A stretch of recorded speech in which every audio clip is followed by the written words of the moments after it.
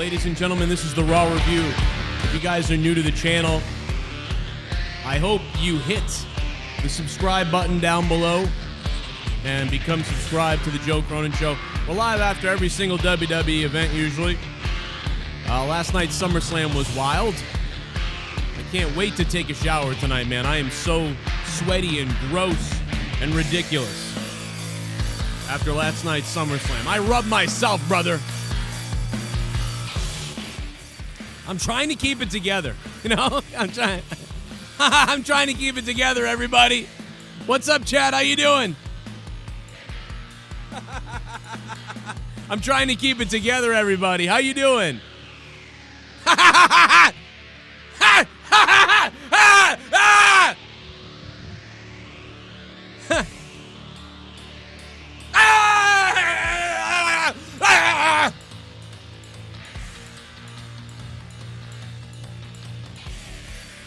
Trying to keep it together.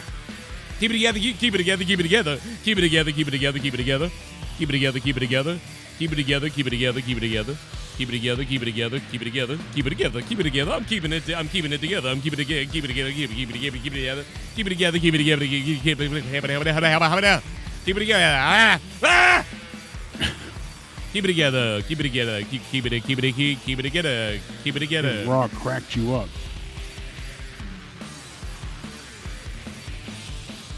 I think Raw might have broken Cronin.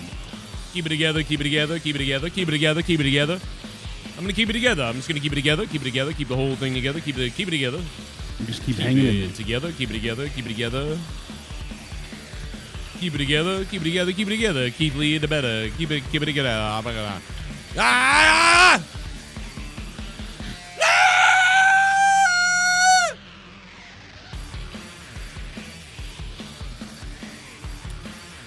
I don't know. I can't tell you at what point that I'm gonna have a meltdown tonight. I'm not there yet. I'm not there yet. I'm gonna flip out at some point. So I just want to warn everybody. I don't know when this is gonna happen for me during this review tonight. I'm not sure when it's going to happen, but it's going to happen. I think it's going to happen. It's building. The tension is rising. You are ready to explode. At a moment's notice, you could erupt. I want to kill somebody. What an awful show. What an awful, awful, awful Raw. I do not know where to even begin. They capitalized on nothing of the little momentum they gained from last night. They shot themselves in the foot. Once again, they demoralized and demoted one of their new call-ups by basically not burying, but, damaging Keith Lee already by giving him a creative wrestler introduction. I hate NXT. He should have stayed in NXT's dead. It's dead. It's dead to me. I'm serious. I hate NXT. I'm tired of watching these people and think that they're good, and then they come up and it's just dog shit. And I've already ranted about this because I make fun of Matt the Misfit, because Matt the Misfit's always like, oh, I can't wait for them to come up and stuff. And it's like, why? They're going to suck. So the end game is everybody always sucks. So who cares? Who gives a flying fuck?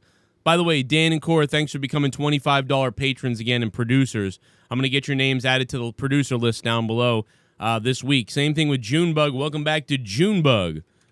I don't know when, man. I'm gonna snap. I'm gonna snap tonight. I don't know when. I don't feel it right now. I don't quite feel it right now at all. By the way, there's a brand new $12 donation. Bask in his dumpster fire. Go ahead and bask in his dumpster fire tonight when you go to Streamlabs in the description box down below and you donate $12. Then when they said they're gonna bask in his bask in his ass. You can bask in his ass. That was a sign of things to come for Monday Night Raw. Now we get to bask in the glory of his dumpster fire. New $12 donation. I can't wait to see that one. At least Chris Benoit was there tonight. He was pretty front and center. I saw the photo and I was like, oh my God, no, really? Yeah, that's messed up. Wow. That's messed up. But, Pikachu's been here, I'm sure, like, I don't even, dude, I don't know. People, It's going to get worse as time goes on, as you know. Probably, yeah. I mean, at this point, people are just, I want to be the guy that trolls with, a dildo or whatever. It's like there's going to be something. Yeah, it's basically an open challenge at this point. See how much you can get away with. Who can do the most and stay on air the longest. Right. Who can stay on the longest. I have been WAP for like 13 seconds. I beat Pikachu's 5-second record. Like, it's coming. It's crazy, though. But to me, the noise that they're trying to produce there sounds like just grating static. It gets on my nerves. It's irritating. It takes me away from any positive viewing experience and just throws that out the window. I can't stand it the whole night. I know it's not when they pipe in the cheers and whatnot. It's like a constant noise, like a humming that's going on almost. I can't, like... It's from the Thunderdome. I know it's supposed to be in lieu of an audience. This is a substitution, but it drives me insane. Yeah, it wasn't. I don't know. There was one night where they kind of got it right, I thought. I forget what night it was. The first night, it wasn't as loud. Maybe it was SummerSlam? It got louder for SummerSlam, I thought. But they added more of the sweetening, the crowd boos and cheers for SummerSlam. So it was okay. But this, when there's no commentary, nothing going on, you hear it, exceptionally loud. Yeah, I know there's only so much they can do to replace the audience noise, but still, I mean, it was just like a buzzing noise. It was very, very, very agitating. Yeah, I luckily was listening through this Bluetooth mixer thing, so it didn't bother me as much, but I could notice even through that it didn't sound the best. It didn't sound right. There's so much to say negatively about this show tonight that hasn't been said. Like, it's kind of like when there's just so many things to cite. We have a week till another pay-per-view. Some of the stories that are easily written that they're not going with. Other things they're beating around the bush with. I'm just baffled at their creative decisions. We knew they were going to get out of the Dominic feud again because now we're going to have it at the pay-per-view guaranteed. So why have it tonight at all? Why not just save the match for Sunday? If you only have a week to build, then build as hard as you can. Don't give things partially away for free on TV. Why not what are you doing? Why not have them in the ring cutting a promo about Dominic and then have them attacked by Retribution right as Seth and Buddy are walking down the aisle? Then before they can even get there, Retribution hits the ring. That's perfect. Now you don't need to worry about the match shit or whatever. Now the match is fresh. It gets to happen as a tag match. It isn't something that we've seen, and we get a little bit less of the ridiculous angle because it looks like that would look more like Seth set that up. So that could be interesting. As where Seth just got out of the way tonight, right, and looked pleased, obviously, with what was going on. They could have made it look like Seth was involved. So they missed out on another opportunity there. I mean, you nailed it. That's exactly right. I mean, it's so easy, it feels like, armchair wrestling bookers, but what are they doing? Like, I haven't even begun yet. Wait till I get going tonight. I'm going to flip out.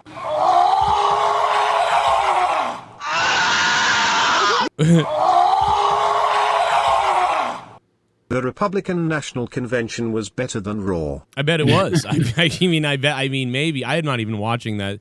The DNC was so bad. I'm sure the RNC is just as bad. So I'm not. But I bet it. Yeah, I'm sure it was better. I don't doubt that because they're both a bunch of suckfests. Either way, DNC or RNC, I bet you they were more entertaining. They were funner to make fun of. They just were better. You're right. I'm sure you're right. Absolutely. I bet you are. I bet you it was better. No, I mean, anything is better than this. So it doesn't even... You could tell me, like, you could force me to watch 3 hours of Transformers, the original cartoon, Ghostbusters, Ninja Turtles, He-Man, for Christ's sake. Gorilla Strong, thank you so much for that $10 donation. Gorilla Strong, man. Thank you, brother. How you been? How are you guys been doing tonight? I hope you've been good. I hope you're strapped in and ready because we're going to cover everything on Raw tonight. We're going to take your calls later. If you want to donate, you can do that, and we'll take those, and we'll listen to your opinions there. There's a new $12 donation.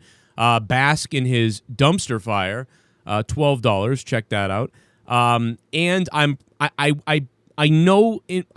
think I'm probably going to have a meltdown at some point. It hasn't hit me yet. It usually starts hitting me after we keep building up all this stuff, and it becomes obvious that that we're coming up with better stuff, and everybody in the chat is coming up with better things. Once And the iron is hot and the moment strikes you, right, you'll unleash. This show put me to sleep. First of all, before we play one more, I'm going to play a couple more donations. But before I do that, Jake said the same thing. We were like, at hour number 1, I thought we only had 40 minutes left to go. Yes, absolutely. What the hell? I was shocked. I legitimately, I was like, oh, it's got to be like 10:20. And you're like, no, it's 9 o'clock. Yeah, and because I had just done the same thing. I'm like, okay, exactly, 10:20. I thought it was like 10. I thought it was like, when it was 9 o'clock, I thought it was either 9:50 or 10:15. And it was actually 9 o'clock. I shit you not. I don't know if other people felt slap. It could just be us, but maybe you guys felt that way too. I don't know. Did anybody? I'm curious as if anybody else felt that way, or maybe it was just burnout from like all the weekend of wrestling and family and fixing and health problems that Jake has and things like that. I don't know. Was it all of that, or was it you guys too? I'm not trying to crap on it because I don't think it feels that way every week. No, it doesn't. There's some weeks when Raw isn't good, but the pacing is good, and we say, well, it wasn't very good, but they really paced it pretty well because it didn't feel like 3 hours, and that's a positive. But tonight, they hit on almost every goddamn negative you could think of, and we're going to talk about it. Now, before I bury this, and before Jake buries it, and before we talk about some news that we have all kinds of news, wrestling-wise. Raw, there's some things that people have sent us. We have images and pictures and all kinds of things to discuss, and I'm going to play the donations. But before we do that, I do want to take a second to point, I guess, a positive out, right? This is a positive. And nobody's going to talk about this because it's not really a stat or anything like that or anything. I wouldn't even think we would think about things like this in the year 2020, and not to be a SJW. But I believe, and I don't have the stats and I don't have the numbers and I don't know who would ever keep track of something like this other than an SJW or somebody who's weird. But I believe that tonight you saw the most African-American wrestlers in WWE at once that you ever seen ever. I would dare to guess that you saw the most African-American men and women between the extras to the wrestlers that you've ever seen before. I don't know why I'm bringing that up, but I just kind of noticed it. I was like, this has to be a record for appearances and screen time. There's so many. So I just want to get that out of the way and say that's people always talk about AEW and how WWE's racist, and we comment on how WWE's been weird and they shuck and jive and no doubt about it, they've been weird with race in the years, and WWE is so fixated on stereotypes that when you're a minority, you're gonna face the stereotypes because they stereotype the white people. You worked on a farm. Let's make you a cowboy. They stereotype everybody. So it's only fair to say, I mean, AEW talks about being diverse and all these other things. WWE is got a widely diverse minority group. I mean, it's unbelievable. It's very noticeable. So anyway, I'm going to move on, but I just wanted to make that comment because we always bash them in the past and we make fun of them for being racist and we make fun of these things and we be a little SJW, but it's true a little bit, some of it. I don't agree with Biggie Langston earlier today, who was like, Kofi, never got a fair shake, but The Miz, you got a fair shake. Well, Kofi Kingston, and we're going to play that. Do we have that clip somewhere? It was on Talking Smack. Somebody tweeted to me. Tweeted to me. I'm bulldozing over everybody right now, but Biggie Langston. Hey, no, I believe we do have it somewhere. Let me double check. Well, I got news for you. Kofi sucks on the mic, and I wrestled with Kofi. I went to wrestling school with Kofi. I love Kofi Kingston. He's just a wonderful human being, and I wanted to always see him be a top Intercontinental champion and stuff like that, but he ain't the best on the mic. He held the title, and he kind of didn't really seem like the world champion. And so that's, and even The Miz didn't either, but The Miz talks better than Kofi. So, Big E was trying to say, hey, listen, Miz, you got a bunch of opportunities early. Kofi didn't. And it's like, well, maybe. But either way, The Miz is better on the mic than Kofi. So I think Kofi, I'd rather watch Kofi in the ring. I would rather watch a Kofi Kingston match than a Miz match, but I would rather watch a Miz promo than a Kofi promo. And sometimes the promo carries you. And I guess some people on the SJW side would say, oh, it's because Miz is white. Other people would say, no, it's because Kofi doesn't have that mic skill ability. Kofi's all right on the mic, but he just comes off like himself, a good guy. He doesn't come off like wow, this guy's great or whatever. Very similar to Daniel Bryan, how Daniel Bryan was. But I think Daniel Bryan's better on the mic than Kofi. But I think years ago that Daniel Bryan sucked on the mic. So, I think Daniel Bryan and Kofi are a lot more alike and a good example. The universe decided to cheer for Kofi. The people, I did too. I was like, fuck, let's cheer for Kofi, man. I love this guy. But it wasn't really much anything that Kofi did as like, I'm going to entertain you. It was more of a respect for a career that we saw, and we were like, let's go with this guy right now. And that's what happened. Same thing happened with Daniel Bryan. So I don't agree with Big E on that one. And now I've lost my entire argument. I don't either. Yeah, and so I don't agree with him. And I think Big E was afraid to go back to. He's like, I'm afraid to go back to the serious Big E. I did that once. It didn't work out well. Well, no, I don't want Big E. I don't want you to go back to. I'm Big E. I'm just. No, I don't want you to go back to quiet bodyguard Big E. But I also don't want you to unicorn it up anymore either. I want you to come out there and be like, I'm Big E Langston. And I'll beat the shit out of you. And I want you to be. He should be doing the 5-count gimmick that he had in NXT that was working well. He was serious then, but he had a bit of comedy. He would do things to make the joke about the 5-count go through. I see Big E as like he could be a kind of like The Rock type of a guy. He's pretty good on the mic, but it's like he's kind of like. Yeah, The Rock could be funny and serious in the same promo. I'd rather go play video games in the back.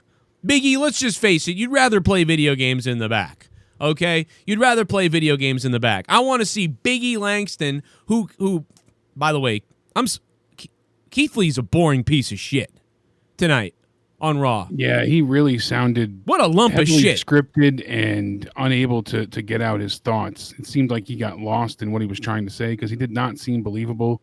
And I'm still hung up on his theme music because it's not like they just changed his theme entirely. I mean, they did, but they didn't just like, here, we're going to give you a replacement theme in the interim. They made this because it has part of his old theme attached to this new Create a Wrestler theme. Mm-hmm. So it was specifically made for him. It's not like a track they had laying around, is what I'm trying to say. They made this intentionally. It's awful. And people it's don't so like it. bad. It is so terrible. That is the worst entrance music I've heard in quite some time. It sounded like kind of like Bobby Lashley's like remixed or something. But so much worse. And he also went shopping at the Star Trek The Next Generation first season dress barn. Yes, with his skirt that he's wearing. What the fuck I know did they it's the way do? The shorts are flowing, but still, it looks like he's wearing a skirt. The top looks weird. Like the whole outfit didn't look good. Usually he looks great. He wrestles well. Like things are just. He's a more impressive. Why isn't he just wearing tight shorts or loose shorts with no shirt? Why isn't he dressed more like he does? He should be dressed like Samoa Joe. Whose idea was it to put that tight thing over his top? His was it Vince? Is Vince like, oh, you don't look muscle enough? Is that Vince's idea? Why is the guy wearing spandex tight shirt? Yeah, like a gay tennis player. That's a good line. He looks good as a big fucking burly guy who can kick your ass.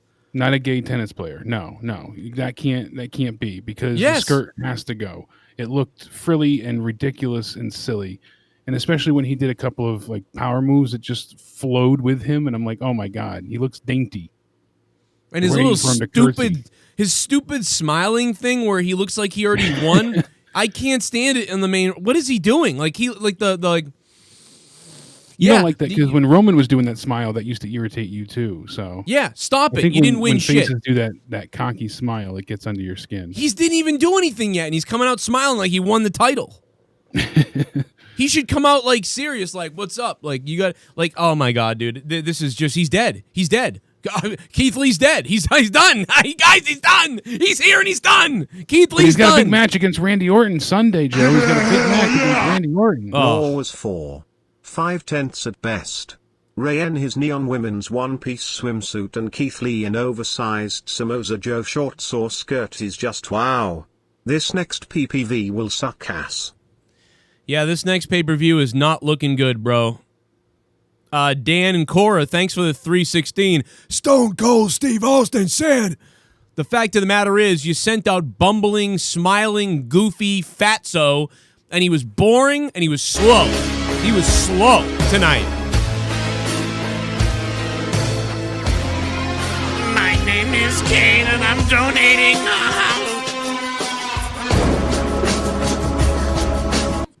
Bask in the burial and death of Keith Lee's Ram career. Holy fucking shit, that fat SJW pig Nia just keeps getting fatter. How is that possible? Well, because she's stunning and brave, Bimbo Baggins. Don't She's you know? amazing. It's amazing. People are She's probably inspiring. they're probably fucking feeding this fucking oaf in the back, telling her how pretty she is. Here, eat some more. Have some They got a more. You trough look for her. beautiful. It's filled with McDonald's. Here's a trough for Wilbur the pig, and now go in the back and watch Charlotte die. That's what they fucking did with goddamn fucking Nia Jax. Here's a trough, you fucking... Meanwhile, Cedric the Goddamn. entertainer, well, I mean, he is an entertainer. Yeah, I mean, you know, he's got the look, I guess, a little bit Freddie Mitchell. See, even black people think, like, they do it to themselves. All the white people usually can't tell the difference, and now they can't either. But let's face it, all white people look the same, too, if you're black, right? We all look like fucking pasty ghosts. I mean, what's the difference?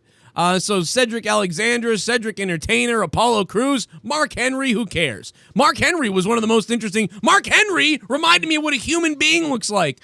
Keith Lee reminded me of, like, I was like... He was missing his top hat. You know who Keith Lee reminded me of tonight?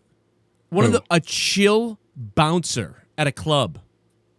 I can see that. I'm dead serious. He reminded me of the That cool, attitude. the really cool doorman that you like. Who you're like, hey man, what's up? And then he's like, yo boss, what's going on? And you're like, hey, Keith Lee, can I get into the club tonight?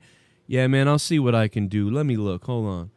All right, man. You can come in. You can come in about 20 minutes. I got to get a few people out, a few heads out of here tonight. There's too many right now, all right? But I'll hold your spot, okay? So meet me back here in 15 minutes, all right? Got you. Boom. That's Keith Lee. That's who he reminded me of tonight. Didn't remind me of a wrestler. Didn't remind me of a badass. He literally looked like a goddamn fucking bouncer tonight, like who was just waiting, who should be like kind of waiting at the door. Like, you want to speak to Mr. McMahon? You're gonna have to like that. Like, what the fuck was that, dude? Like, this guy should have been. What in the world? What are they doing in WWE? I'm gonna lose it later. I'm still waiting. I'm still thinking, and it's all still swirling around in my head, and it's gonna come out. Super chat. How about Chris Benoit sitting front row tonight? Yeah, Chris Benoit sitting front row. If only Chris Benoit could have been sitting in my living room so he could have killed me, Mario Rodriguez. I wish Chris Benoit was here so he could have taken my actual fucking size equipment. Triple H secretly has to wanna choke Vince. How many fucking NXT people been ruined? Shayna the Viking Raiders, Ricochet, Aleister Black doesn't get his fucking entrance anymore. Right. Andrade and Zelina just lose all the time. When the fuck last time they won? Send them all back down to fucking NXT. Send them all back down to NXT, Alexa's sweet ass. If they did it for Balor, they can do it for everybody else. Just send them all back. Send them back. Bask in his return. In his dumpster fire. There we go. Bask in his dumpster fire. His dumpster fire. Bask in his dumpster fire. His dumpster fire. Bask in his dumpster fire. His dumpster fire. Bask in his ass dumpster fire. I swear I saw a Lady Orehishi in the crowd with a purple dildo, ha ha ha lol. I wouldn't be surprised, Robert Heller. Robert, thank you very much for the new $12 donation, courtesy of Streamlabs. Thank you, man. Bask in his dumpster fire. Somebody in the chat said bask in his dumpster earlier tonight. I think it was a delusional asshole who said bask in his dumpster. And that triggered me to be like, bask in his dumpster fire. And that's a song. And so courtesy, shout out to Delusional. Bask in his Here it comes dumpster again. fire. My God. Bask in his dumpster fire. His dumpster fire. Bask in his dumpster fire. His dumpster fire. Bask in his dumpster fire. His dumpster fire. Bask in his ass dumpster fire. Bask in his glory. How about Vince bask his face in Tommy's friend Ashley's ass? I'm frothing at the mouth. I hate NXT, waste of time. I rather see Benoit on screen again. I can't wait to see dead corpses on the screens. Oh. People don't give a fuck if they get banned. Yeah, they really don't. They have to go to they jail. Don't care. Yo, Shy God, thanks for the $12. Shows you how bored the WWE universe is, too, by the way. I mean, for the most part, people are being pretty good. It looks like 90% of the people out there. I don't know. Good Lord, that's going to be playing all night, says Mitch B. Yeah, it might be. Yo, what up, Six? What up to the chat? How you guys doing? Already stuck in my head, Joe. Already stuck in my head. It's a hit now already. Now, we're going to go back to the donations in a second, but Jake, why don't you... I don't know, man. You got to have something on your mind after I've ranted now for like 30 minutes. We'll just kind of start from the top. Drew McIntyre comes out really enjoying the Thunderdome now that he can have some sort of fan interaction and reaction going on. And that was kind of a cool moment, the way they gave a decent example of how the Thunderdome could be beneficial when the stars play towards the dome and certain positive aspects of it. I felt like that intro worked. Yeah, I like the Thunderdome stuff in the beginning. That's okay. Yeah, the promo in the beginning I really liked from McIntyre. I liked the surprise attack. I thought that was good. It looked pretty brutal and vicious. But they're gonna have a rematch for no reason. Like, what the hell? Well, we're not getting the rematch at Payback anyways because Keith Lee and Randy Orton are going to face off. So right now he might have a skull fracture. Don't forget, because later in the night, McIntyre was attacked again after trying to get his revenge on Randy Orton himself. Right. So is he going to show up in that match too? More than likely, I would bet that would be the case. Yeah. So I can't see Keith Lee or Orton, either one of them, losing still. Orton just lost, and it's Keith Lee's debut. I mean, most likely you would have Keith Lee basically like go the distance with Orton and then barely at the very end lose, and Randy Orton wins. And so then you quickly RKO'd after a lot of offense, and it could work. Because then you get the classic, Keith got the rub with Orton, didn't win, but he almost beat Orton, and then you move Keith into the middle card, and that's the typical roadmap, right? And now Randy got a win back, also helped out Keith, and now Randy versus Drew. Yep. So classic. We'll see, but I'm not really excited about Keith Lee and Orton having a match. No, I'm not either. I'm done with both all of this. them. Need somebody that's a little bit faster and a little bit more amped up to have these big matches with, and I feel like they both can reach that level, but on their own, if they're not motivated to get there, it's not going to happen. They're both very kind of at will. They're slow and plodding, especially Orton. So I picture this to be a slow, strongman type competition match. We're going to see a lot of big moves from Lee and a lot of rest holds from Orton. That's my prediction. I hope it's better than what we saw tonight, because I'll tell you what, that looked horrible. I don't think it's going to be, sadly. They were slow in the ring. Keith Lee just looked like, if you don't watch NXT, you would go, what the fuck is the big deal about this guy? Like, it's just it's every time that's how people feel. I see people and they go, what? Why am I supposed to? Why is this guy awesome? Because why? Because he says you're gonna bask or something, and then he smiles at you. People who are like, what do you get from that? What's the point? I went on the casuals threads on Twitter, and a lot of people are like, hell yeah, like they don't even know who he is though, and because when they were in fights, I could see they didn't even know he'd been champion in NXT, but then other people were just like, another NXT guy that sucks. Like, I wish the NXT would just go away and leave it to the big guys like Randy Orton and stuff like that. And it's like, those are casuals. So they don't even understand Keith Lee at all, because they don't know who he is. So this introduction of him is stupid and weak and horrible. And his promo was terrible tonight. His match was terrible. What he showed off was terrible. He was dressed with a skirt. He looked bad.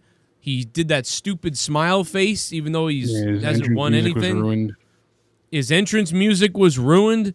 Like, and Twitter everything. Apparently is quite upset. D. Welsh sent me an article that compiled a list of tweets, and it seems like the majority of people are just not happy with how Raw handled Keith Lee tonight. So, not a good thing. Not a good thing for the ratings either. No surprise, Vince is a fucking idiot, and these people are idiots who run WWE. Like, I mean, what are you doing? What are you doing, WWE? You are fucking stupid.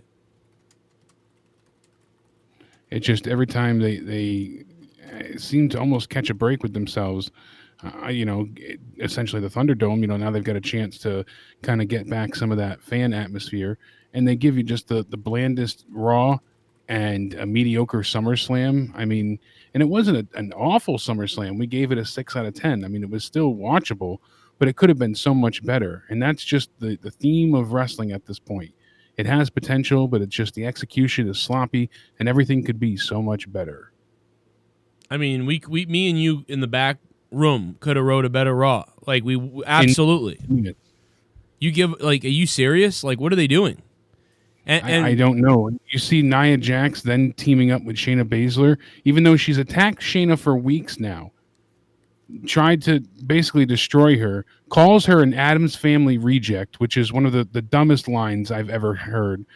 And they end up teaming together because I want you to leave me alone. So basically, I'm going to work with you because I don't want you to bother me. But that shows that Baszler is afraid of somebody when she's supposed to be this, domineering badass that takes charge and takes no prisoners. Mm-hmm.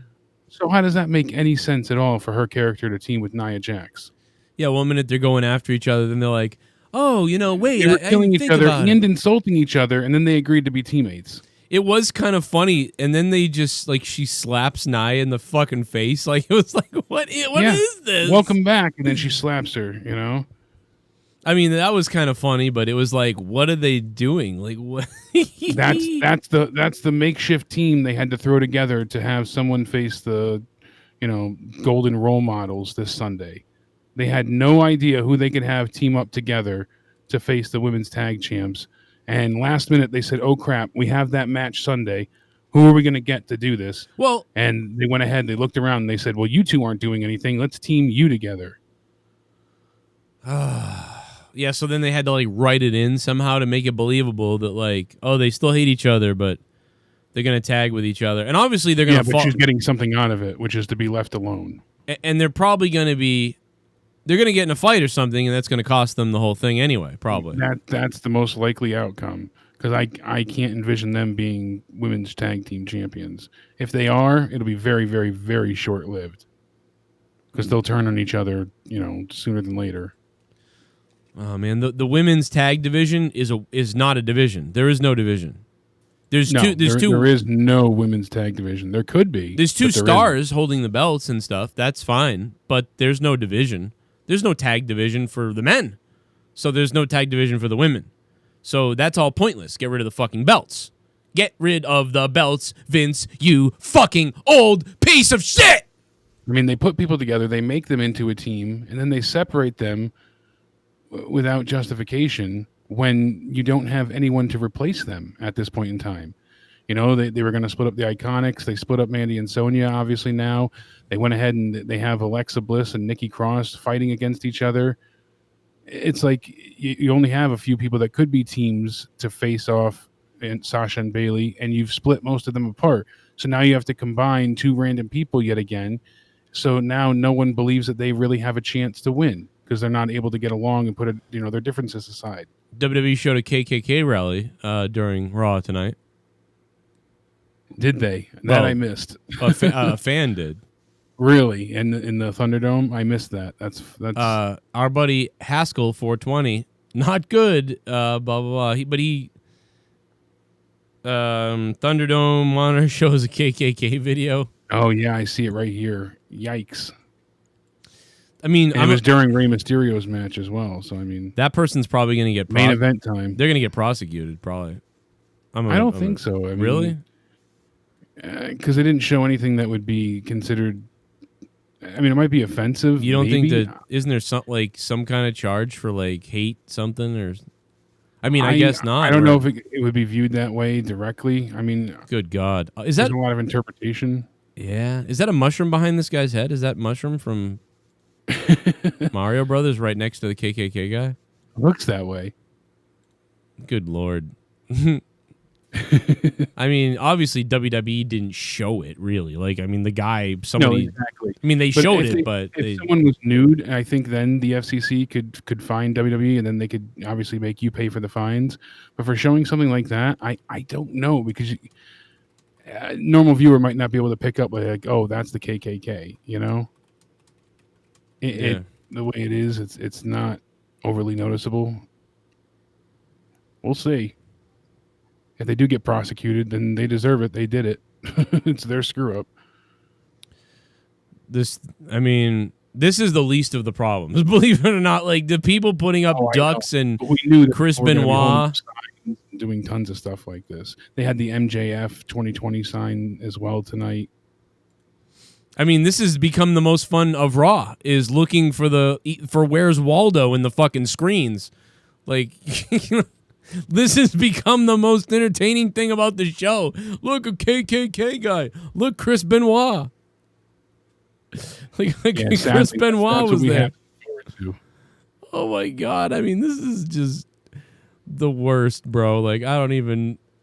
if you could have told me that, well, you know, in 2020, Joe, there's going to be digital screens and Chris Benoit and KKK people and Pikachu, and there'll be no crowd and there'll be a panda. I mean, like, it just would overload my head. My head would fucking explode. Like, it would have just, if you told me all this stuff, it would just, my head would blow off my body. Oh, a little bit of the bubbly. That's it. Want some bubbly? Look at this stuff. Oh, a little bit of the bubbly. That's it. I am responsible for Drew's death. Oh, God. Oh, God. The ghost of Benoit. He was in the ambulance with Drew McIntyre. Drew McIntyre. I can't do it. But okay, Vape good when he was here. Man, he had a great one. When we discovered he could do that. He nailed that. And yeah, you notice the ambulance that didn't even leave the Amway Center? You pulled a little bit away, and then you could still see it just sitting there, people said in the background. That's funny. Well, they couldn't even open a door last time. Oh, a little bit of the bubbly. That's it. Want some bubbly? Look at this stuff. Oh, a little bit of the bubbly. That's it. Shit show. Hurt business dumb. Same failed recruitment every week. Get embarrassed every week so they beat up on jobbers in the underground. MVP good on mic, but it's really getting dumb. He can't wrestle anymore, and besides Bobby has only washed Benjamin. He's really slow, MVP. I like him a little bit. He's got new music, too. People think that the music is changing because CFO has left the WWE. They've done lots of music for the last 10 years. They've left. So, Underground is dead. Super. Just fucking cancel that now. If Survivor Series is Roman versus Cross versus Drew, I won't hate it. And as a bonus, Trasher lost, so 1/10. Why would it be that? Spaz Phoenix, thanks for the $5. NXT versus Raw versus SmackDown. Oh, okay. I don't even care. I hate that stuff. See, I don't mind that as a matchup, but I haven't heard any updates on Cross's status. Have you? No, he's probably out 2 months. Last I heard is he was getting an MRI today, and that he didn't think the separated shoulder would keep him out for long. He'll be out at least 2 months, or at least 3 to 6 weeks. 3 to 6 weeks at the very least, but he's probably out 2 months. The very best.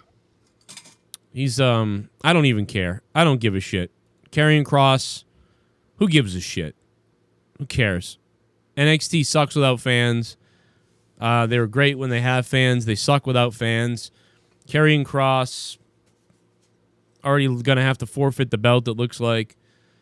Hopefully not. Hopefully they can just get him on TV for, 6 weeks and then build up the story beneath him. I would hate to see it relinquished again. Roman's new teeth, I'm sure we'll all bask in that. Super chat party. You can see all WWE's favorite YouTubers repeat for the Dumpster Dome how long before it's just weeps from Titan Towers? Spaz Phoenix, thanks for the $5. Yeah, and a lot of people say, Joe, why don't you do it and whatever. People were sending me links, and shout out to the people who got invited, and they sent me their invite. And they were like, you do it. That was really cool of you guys. But honestly, during the show, I'm too busy moving stuff around, and I'm kind of like put the kids to bed sometimes during the show. Yeah, I'm doing things about the show, and I'm worrying, like thinking about what I'm going to do and things. So I couldn't just be focused on being there. You know what I mean? It'd be super stressful. So I can't do it. It's not that I don't. If I didn't have a show, maybe I'd do it. If I don't know if I would even do it. But so I really appreciate the invites, but I just can't do it with doing this show. I can't really do it. So that's the real reason. But I appreciate everybody who is like offering up their stuff. Hell yeah! So now Shayna Baszler and Io are a tag team, meanwhile Shafir and Dukan sitting in the back. Yep, they got a whole horde of women all over the place that they could be bringing up and creating tag teams and booking it that way. Like, hey, you're not on the main roster, but let's bring in some NXT tag teams just to create competition and the illusion that we have a big pool of women vying for these tag titles. But instead, no, it's always just the same 4 people or nobody. Or it's like, Yeah, the what? same 3 teams. Bask in his dumpster fire. Oh my God. Bask in his dumpster fire. Wool Hat Demon. Dumpster Oh, fire. shit. Bask in his dumpster fire. His dumpster fire. You can bask in his dumpster fire. His dumpster fire. Bask in his ass dumpster fire. The whole Randy Orton thing reminded me of an old Michael Hayes promo which he said, when you're in the wrestling business, you're in the legalized murder business. The whole Randy Orton thing reminded me of the old Michael Hayes promo. Yeah. Wool Hat Demon. That's really interesting. I never really heard that promo, but I remember I've always heard about it. So that's really interesting, man. That's interesting, man. Appreciate it. Wool Hat Demon is a legendary donator on this show. I can't believe that Wool Hat Demon is back. Even the Goon is popping in the chat. God damn. Chat's where it is. That's the place to be tonight. Everybody's popping off. Matt the Misfit, why don't you fucking go fuck yourself with your NXT fucking goddamn... Go watch the other show, What you a stupid piece of fucking shit. comment he made. Saying that, well, if anybody talks bad about Keith Lee, it's because they're racist. Yeah? Is If that you're what he talking said? trash about Keith Lee, you're racist. Why? I talk trash about everybody that sucks. It has nothing to do with race. WWE screwed up his entire debut tonight on so many levels. Are you serious? Is that can't really be him. It's got to be a fake account, right? It has to be. I don't know. And if that's him, That he's can't be mental. him. It's got to be a fake person like fucking with him. Matt, DM me or something so I can delete that guy. I can't really be him. By the way, the other guy actually might be racist, so why don't you go fuck yourself? Dumb That's the funny part. I don't know who that was, but whoever it is, go fuck yourself, you retard. Fucking, you're not allowed to bash people? Like, you're only allowed to bash white people? Okay, I'll remember that, you fucking Nazi faggot. Fuck NXT. How about that? I hope the real Matt is pissed off now. Like, fuck NXT. Fuck NXT. They come up and they fucking suck. Yeah, now if Keith did come out to the $12 donation, then I'd pop. Then I'd be excited. That'd be a mark out moment. Blows. I don't think that's really Matt. I can't believe that that's really him. I just can't believe it. Thinks that you can't go to people's channels anymore. I know you can do it on mobile, but not all the time either. It's weird. Yeah. But I missed that feature from the YouTube chat. I just, I'm tired of this. These guys come up and they're just shit. They're just terrible. I mean, even when they had Tommaso Ciampa and Johnny Gargano come up, they had them wrestle together. Granted, yeah, Ciampa was injured and the matches didn't go well, but still, like, even their debut felt rather lackluster. Everybody just falls to the wayside time and time again. We get these big names, they come up, and then nothing. No reasonable story, no proper, character, motivation, nothing. We just get garbage, hot garbage. It's how Vince views them, and that's the problem, and that's really what it comes down to. Yeah, that's what it is. How It's got to Vince be. sees Keith Lee. This is what Vince wanted to do with him for months. Oh, he was so impressed at Survivor Series that what Keith Lee pulled off and how great he looked. I can't wait, and then he has him in the Rumble. Oh, I love what Keith Lee did. This was great. He was good in the Rumble. We like that. Yeah. Oh, he's been good in NXT. He's been good. We like Keith Lee. We've been saying I we love like him a Keith. lot. We like Keith. I said he was a little the smiley thing and the Keith, that's a little rough. I've always thought that, but he's so good in the ring that's where it really overtakes it. But what the fuck was that tonight? I don't give a fuck. Danny checked that was really Matt's profile. Wow. So he really is a retard. What the fuck, Matt? You dumb He is fuck. losing his mind. God damn it. The fuck is wrong with you, Matt? hope somebody fucking. What the fuck, dude? That's kind of like a shocking thing to see him say.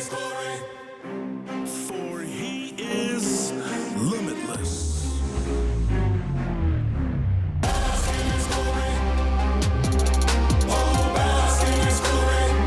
For he is limitless.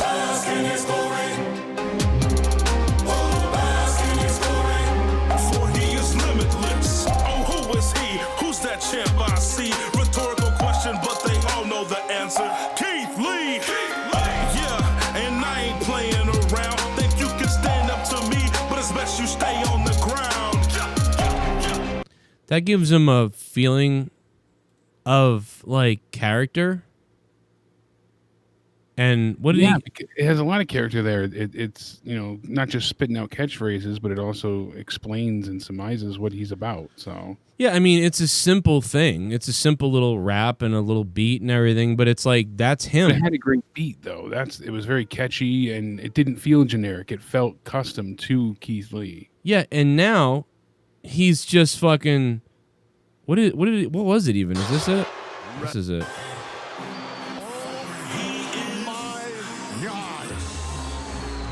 So like they have the opening is the same. Yeah, see, so you know it's a custom track. It's not just one they have lying aside. They put this together with him in mind. Then he comes out to and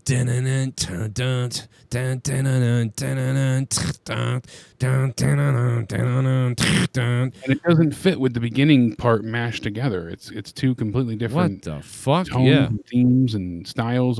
It's just very weird. what are they doing? I mean, I don't know. It's baffling.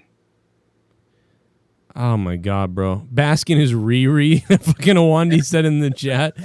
I mean, like that's the thing is like we're not trying to shit on Keith like himself. Like we like him already. They ruined him. They don't. I don't like them. I don't like the main roster when it gets ruined.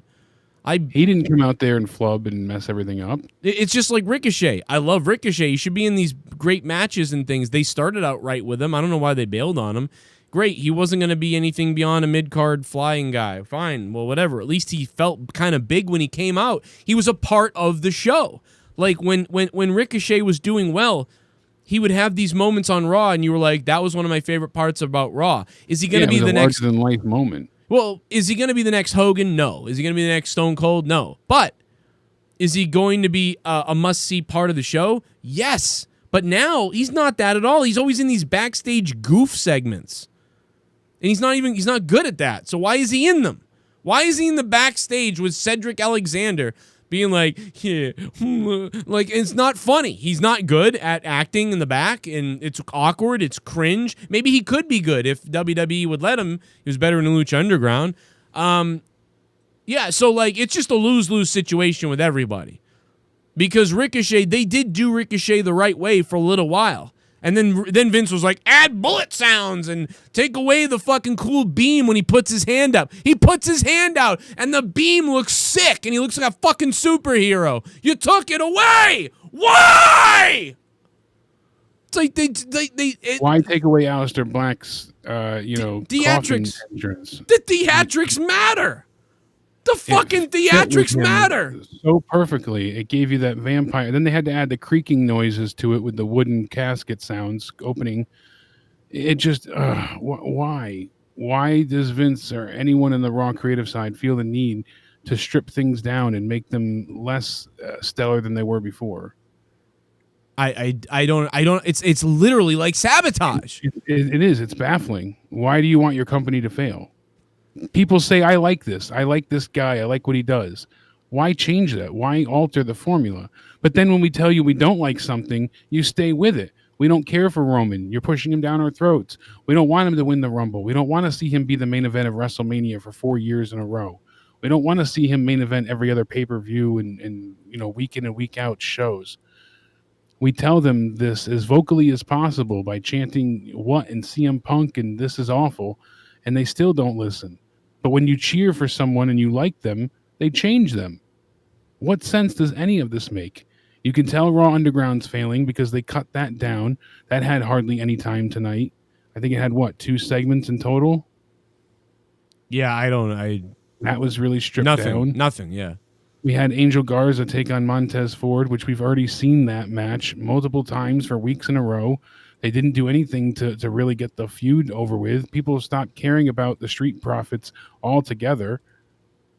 I don't know. Our first match of the night that we really had was Bailey taking on Baszler. It was a 4-minute and 40-second match that ended in DQ because of everything that happened. You know, it basically Nia Jax came out, and it leads to them challenging together as a team for the women's tag titles. No one cares. No one wants to see that. No one likes Nia Jax. Why do they not get this?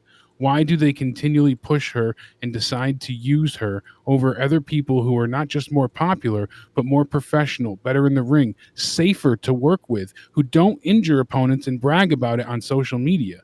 Why do they continually go back to her big ass well to friggin' drink from? I don't get it. Vince is a fucking idiot. Like, he's an idiot. Like, I mean, I'm gonna flip out. I'm gonna fucking lose my mind. I'm gonna flip out tonight. I'm gonna lose it. I'm gonna fucking lose it. And I really want to choke Matt the Misfit right now, but I'm gonna snap. I'm gonna fucking snap, bro. I'm gonna snap. You know what? I hope NXT goes out of business, Matt. You piece of fuck. I hope fucking NXT goes out of business. You fuck, and then you have to watch AEW in the main roster. All right. I mean, speaking this. of NXT, look at what they did tonight, specifically of Aleister Black. That's how he turns heel, because he black mass kicks Kevin Owens. That's it, because he got his eye gouged out by Owens. Now he's heel. So it's a crappier version of a broken type gimmick. You know what I mean? In the sense of he's damaged. Now he's got to go heel. And what's the reasoning behind all of this? What's the purpose? What changed? He's Snake Plissken. Maybe he's leading Retribution.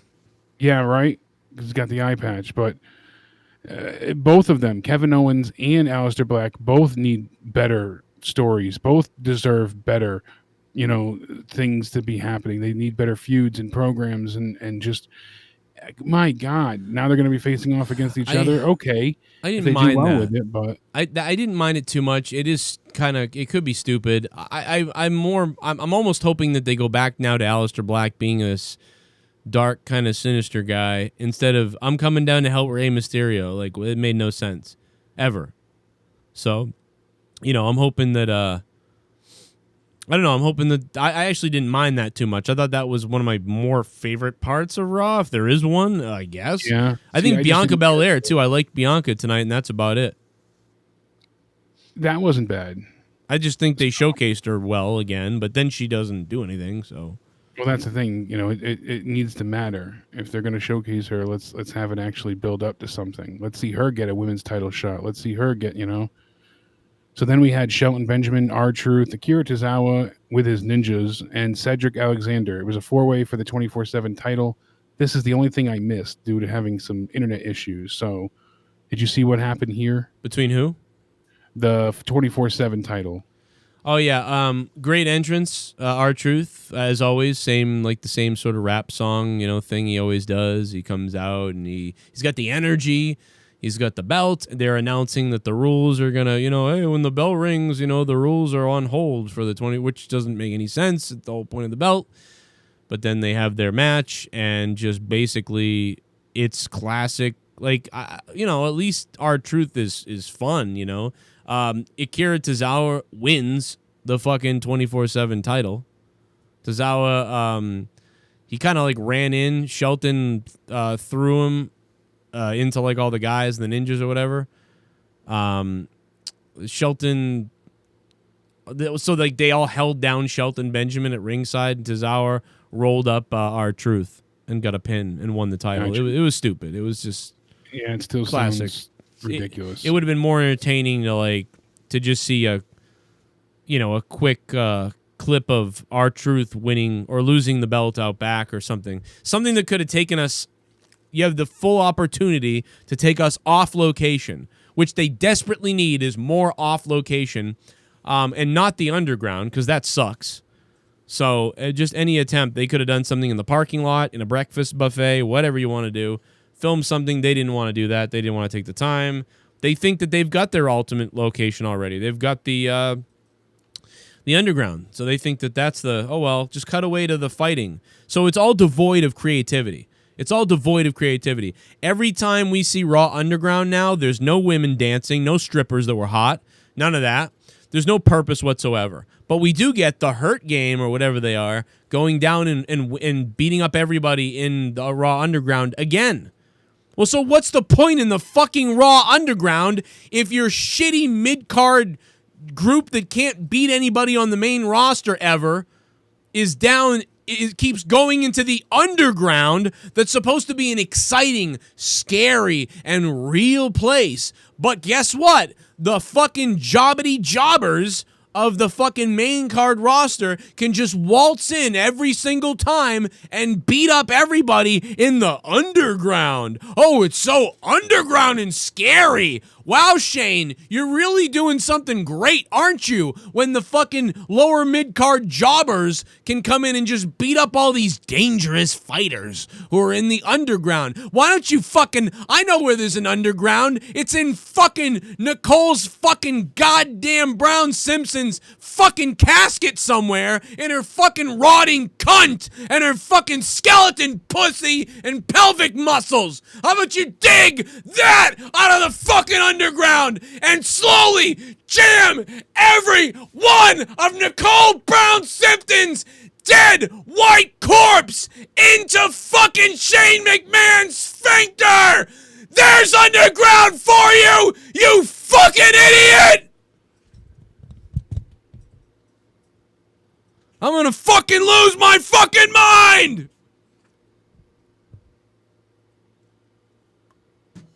I think Joe's lost it, everybody. Uh-oh. Piece of shit. Vince, you fucking piece of shit faggot! You fucking hire Vic Joseph, who looks like fucking Nosferatu! Do you see him turn on NXT and look at fucking Corey Graves with his fucking mongoloid hands and his fucking boring fucking commentary? It ain't Vince McMahon. Vince McMahon ain't producing NXT. It's you, Vic Joseph, you 6'8" piece of shit. Road Dogg, HBK, you say you want to entertain people. Bullshit. Stuff a fucking dildo up my ass and fucking rape me to death. Rape me to death, fucking Triple H, you fucking mongoloid idiots. You fucking, how many people has the WWE killed? You can't get fucking Vince into a helicopter? On a warm Kobe day? You can't get Vince into a fucking helicopter! This guy is ruining career after career, and the ratings are fucking tanking fucking down the fucking shit!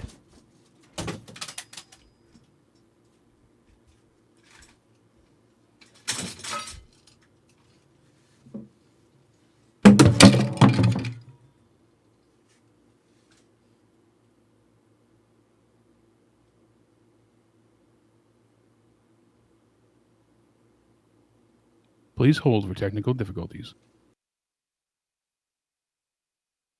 Oh, that's what Raw does to you in a nutshell. See, Danny, that's why I tell you it's not safe to watch wrestling. See what happens? People just they lose their mind, rightfully so. Joe's not crazy. It had to happen. He had to unleash the beast and release the fury, or else his soul would just not be cleansed. Hopefully, he didn't burn down his house, but we'll see what happens. Raw was just left so much to be desired. Honestly, as we said before, when Angel Garza is out fighting Montez Ford, they have Ivar come out and lure away the women from The Bachelorette, Danny, what's her name, Burnett, Denny Burnett, whatever her name is, and he lures her away. Ivar does, with a piece of meat. You know, he's got a turkey leg, and that is what I guess all women want. So there's another life lesson for you, kid. Turkey legs. That's as good as an engagement ring. I don't know. I just thought that was really ridiculous. Then we had Bianca Belair, Liv Morgan, Ruby Riott. They took on Zelina Vega, Peyton Royce, and Billie Kay of the Iconics. Could have been good. I'm laughing at Neil. He said Jake's daughter's probably like dad's friends are weird. I think she's used to Joe by now, but Bianca Belair looked good here. You know, she got her KOD finisher for the win, but it could have been more. They don't really do enough for them to showcase anyone at this point in time. You had a match of 6 women tagging, and you get 3 minutes and 30 seconds all together. That's it. I know I would follow a turkey leg, but I don't know that a lot of women would. Then we get our, mid-hour Demi Burnett. Okay, I was right. Then we get our mid-hour, lovely update with the arm wrestling contest. And this was nothing good for either man. Honestly, it was a total freaking disaster.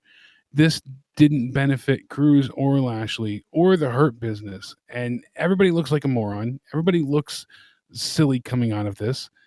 And it was a waste of a legend like Mark Henry.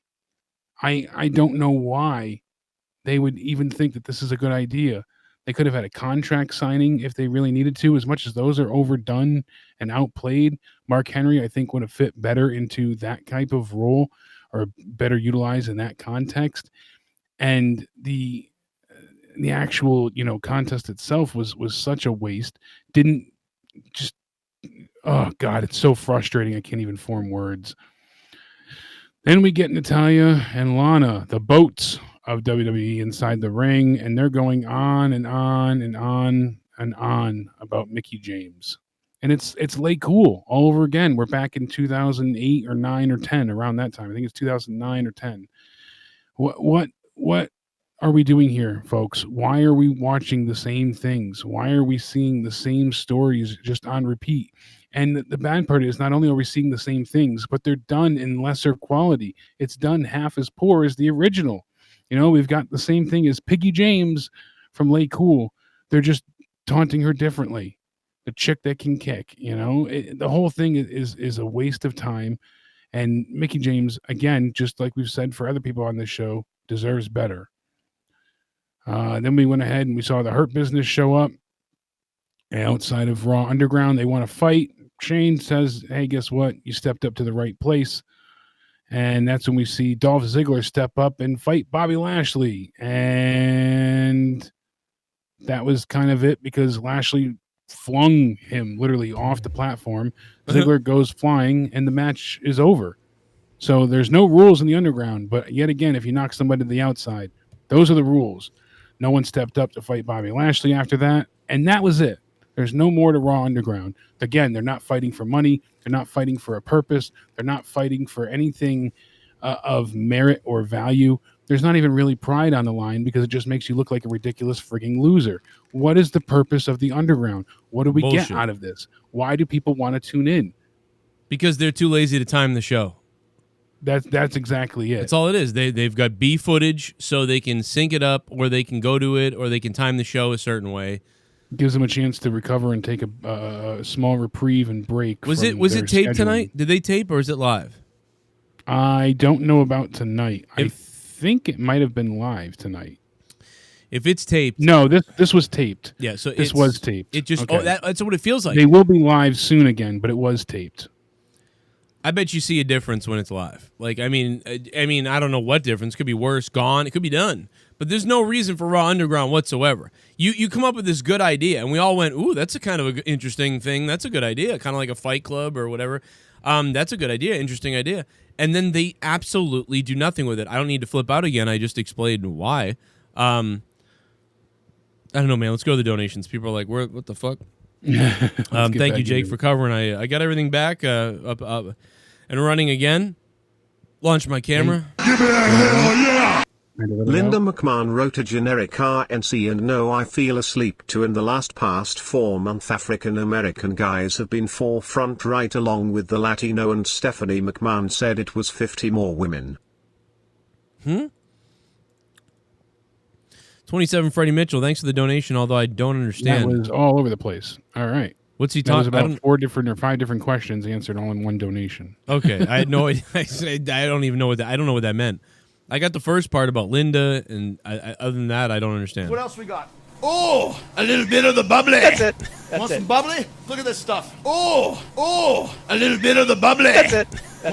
At 9:30 it really felt like the show was almost over to me, and then I realized there was another hour and a half left. Yes. Yep. What else is there to say?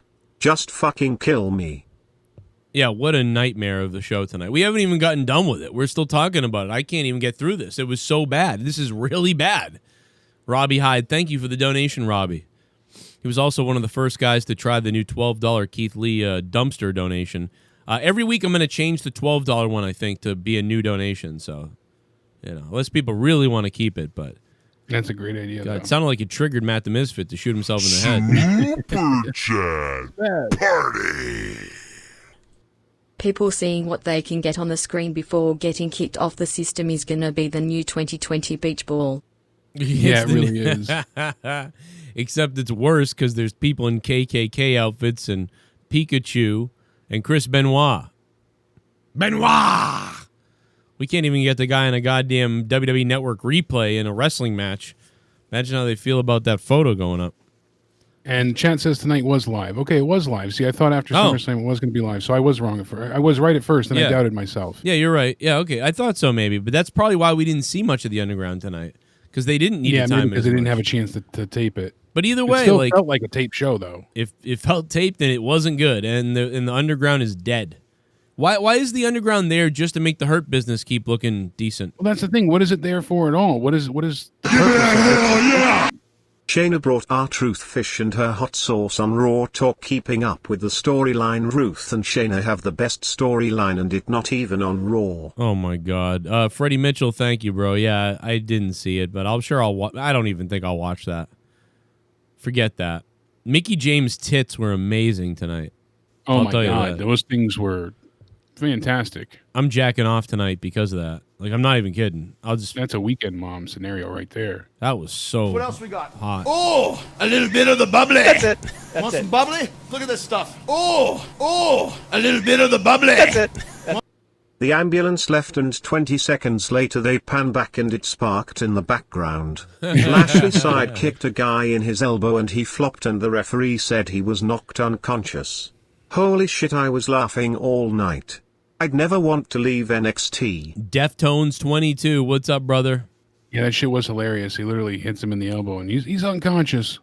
Yeah, He's done for. Be careful. I was in the chat with some of you guys when the video was up, and I was just laughing at some things. I was in hysterics. The sexual tension between the roof of my mouth and this gun is thick. This show sucked worse than my bottom, bitch. The Shockmaster had a better debut, for fuck's sake. Yeah, he really did. A pimp named Butch. Thank you for the 316. Damn, that's a lot to deal with there, a lot to handle. An absolute nightmare of a Raw tonight. There was about, 3 good things maybe, and then everything was just atrocious. What else we got? Oh, a little bit of the bubbly. That's it. That's Want it. some bubbly? Look at this stuff. Oh, a little bit of the bubbly. That's it. After promo package last night, I had a feeling Lee would challenge Orton, and I was dead on. The triple threat is also predictable. Roman pin Braun, protecting Bray from taking loss while also dropping title. Bray then moves on to Riddle for Survivor Series. I don't care. What do you think? I don't care what happens. It's really hard to give a damn. Unless Roman's got this great heel gimmick and he's just going to do this tweener thing, I'm not going to give a damn about it. I think someone said, what's your favorite thing of the night? I already said this, but I'll say it again.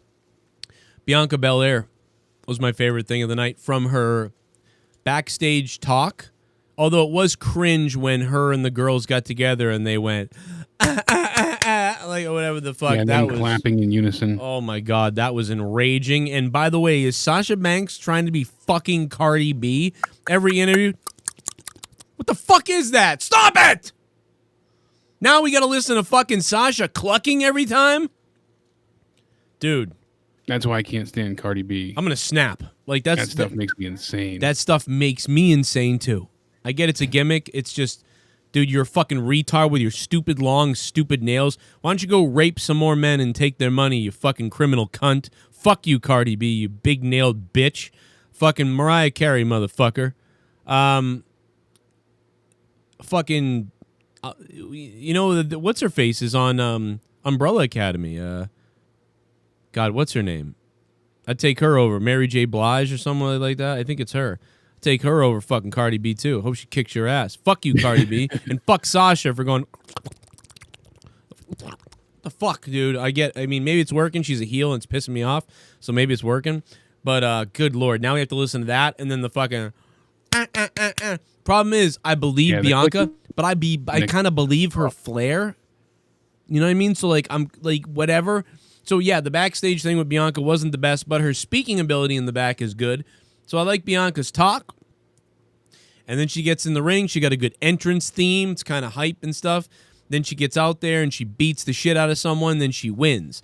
But why did they only give her 3 minutes and 30 seconds? And she wasn't even the focal point of all that 3 minutes and 30 seconds either. It was all done for her. So if that's the case, if you're going to, focus on putting Bianca over, then give her a one-on-one match or let her have more time in the ring.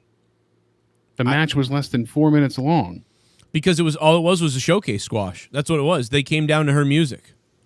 Yeah, but we should be getting better matches. We should, a 6-person tag here could have been a lot better. You're right. I don't understand either. 6 people in a ring. I mean, maybe it's to get all the women on TV. I don't know. It's just to get everybody on TV, maybe, I guess. But yeah, why isn't Bianca Belair just winning singles matches and talking shit and kicking ass? I don't know. Why does she have to be there with all these other people and be in this weird little thing just to feature her? Because that's all it was to feature her. The whole thing was to feature her. Again, kind of like a few weeks ago when they featured her and I brought it up. They featured Bianca Belair tonight. Thumbs up. I love Bianca Belair. She has me blocked on Twitter. I still love her. I don't give a fuck. I don't know why I'm blocked, but I fucking love Bianca Belair. And I've loved her for a long time. You can go back and watch all the videos. I don't think I've ever said really a bad thing about her. So I'm shocked that I'm blocked, but whatever. Maybe you got me confused. It doesn't matter. I'll still like her. I don't give a shit. I think she's good. And I've said that since day one when people shit on her because, there's other women that can wrestle better in these crazy matches, but Bianca Belair wrestles the WWE style, and she does that well. And her hair gimmick, I like that. When she whipped that girl and JR went, what the hell? Like, that was just fire, dude. JR sold the shit out of her for me. Not back in the day, but 3 years ago or 4 years ago, whatever it was during the tournament. JR fucking sold the shit out of her. And that's why JR should be calling. And that's why I need good announcers, WWE. Because I'm watching this and I see the girl with the hair and yeah, she's good and stuff. And on the main roster, if she had whipped somebody like she did in that tournament and you heard the noise, it was like a wicked fucking echoing whip. It was like, psh, like it hit her and it was horrific. And Michael Cole would have said, oh my goodness, or like, oh wow, or like he just would have whatever. And JR was like, what the hell? Like he was like he was just like already building up with her. And when he said what the hell after she whipped the girl, like it was so emphatic and exciting.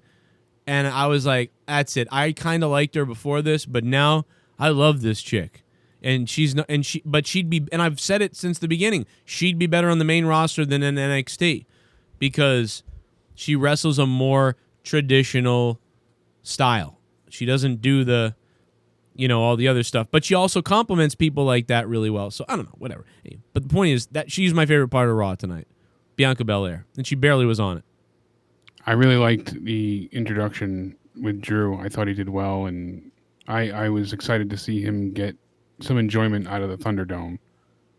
That was cool. It's good to see them in a bit of like a better mood. What did they give a thumbs up or something? He had them do something. Yeah, he had everybody give thumbs up and had them kind of like, cheer back at first, and you could just see him smile and enjoy it. He even said when he was walking down to the camera, like, oh, this is so much better. Yeah, so it is an improvement to the empty arena, obviously, but yeah, it's not a long-term answer. Yeah, some kind of reaction. Like there's people are at home watching you while you're recording, but when you can physically see faces around you, you feel a little more like you're performing for people. So you're right that they can do that. And I thought Drew was good too. Drew's always solid. Like Drew's never, Drew's not like this amazing like The Rock or somebody like that, but he's just always solid. He's a solid champion. He speaks well, wrestles well. Yeah, if he's got a good personality, good look to him. They should be able to do more with him, by the way. You know, they got him coming out kind of acting like Mr. Ambassador and like Vince. It's like, why can't he be cool? Like, he has the ability. Why can't he be what he was when he was destroying everybody and with, you know, how he was acting when he was with Dolph Ziggler and facing Roman Reigns, you know, that style, just as the champion. Yeah, he needs to they be. Could make him as a face with that too. Just have him be more badass. He needs to be a little more like, unhinged, I think, and badass. And he definitely needs more threatening heels too. He needs better heel guys to really get at him and really tell these stories. And they're not even doing that right. But because Drew is so safe on the mic and good, it's just kind of like, all right, it's all right. You know, he's never gone through everybody on the Raw roster at this point. It's hard for Drew to be bad. It was easy for Roman to be bad, though. Absolutely. You're not wrong about that. And it's a similar thing. They're doing the same thing, kind of, just for some reason with Roman. It's My name is Ryback. Oh, shit. Ryback. Yes. Give me some more money. My name's Ryback. I want that money, money, money. My name is fucking Ryback. Give me some more money. Money is my crack. My name's Ryback. Pat Buck.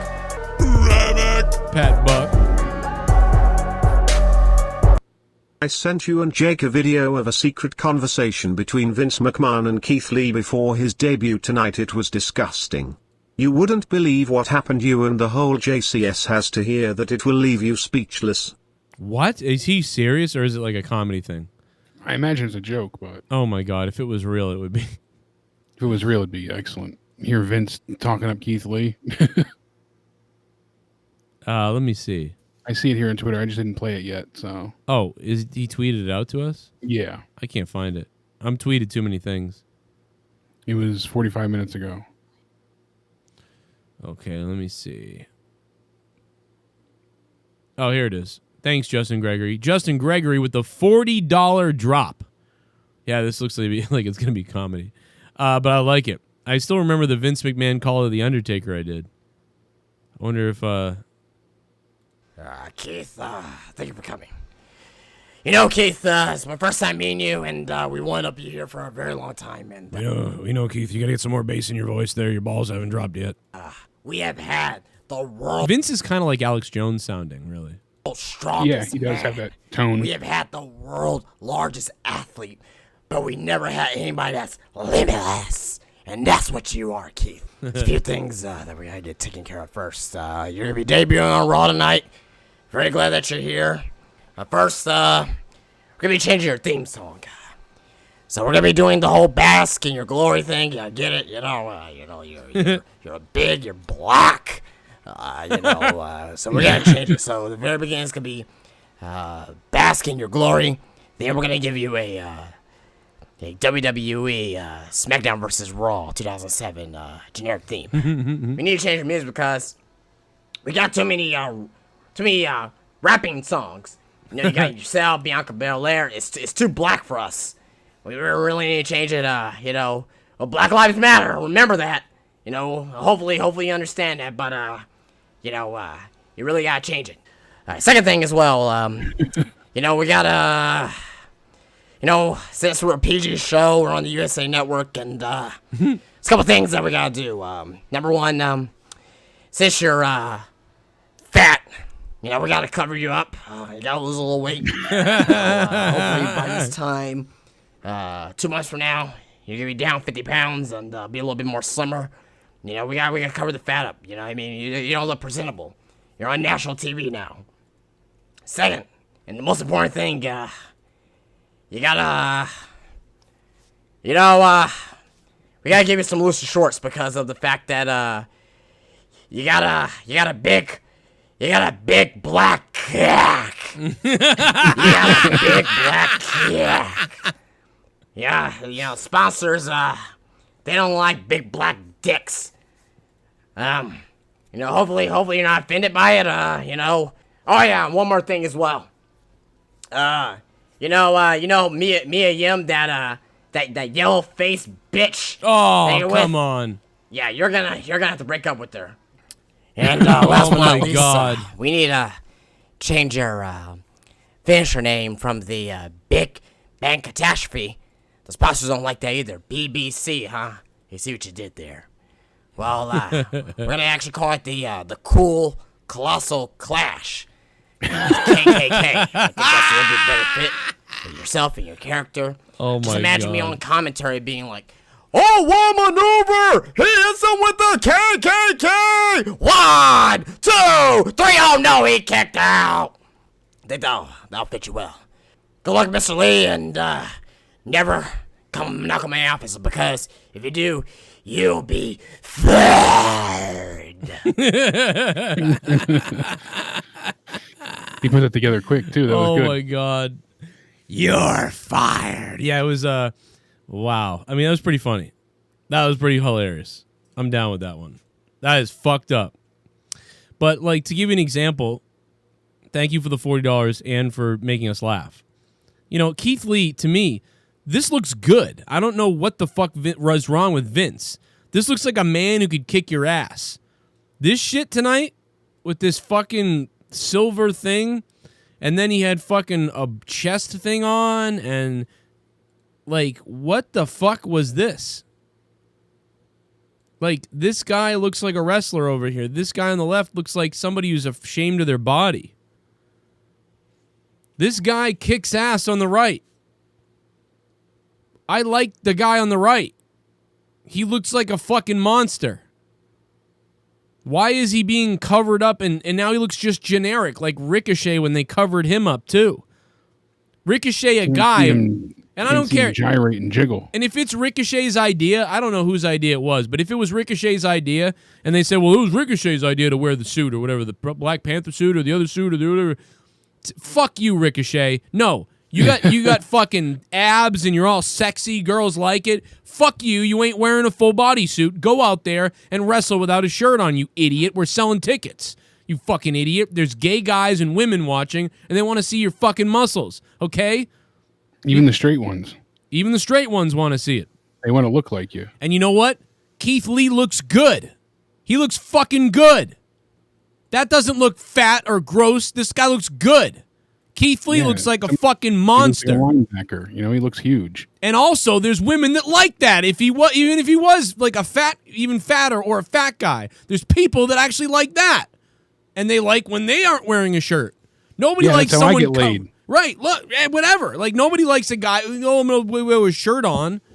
No, there's people that are attracted to all kinds of body types. And fuck that. Just the idea this guy looks like a wrestler. He didn't look like a wrestler tonight. He looked like he was playing fucking party dress up. What was he doing tonight? Does anybody have more? Like, I gotta find pictures of him tonight. I can't even believe what he looked like tonight. What was that? Who the fuck in the back was like, yeah, that's okay. Go out and wear that. Yeah, you get your ass out there in a skirt. Come on, boy. I can't even find a picture of him. I'm looking all over for a picture of him. I can't find it. From tonight. I mean, I got it over here on my other screen, don't I? Yeah, I do. Here it is. Okay. Let's go bask in his Maybe that's what it is. Oh, Costanza said, thank God they cover up Nia Jax. So maybe they think it's only fair if they have to cover her up and they have to cover up Keith Lee. Oh. It's all about equality. But she's always worn that since the beginning. Yeah. No, so you're they're right. not... Even as a joke, there's no way to justify it. Yeah, she's always worn that. So there's she's always had that type of bodysuit. He's not worn a skirt and a friggin' zip-up top permanently.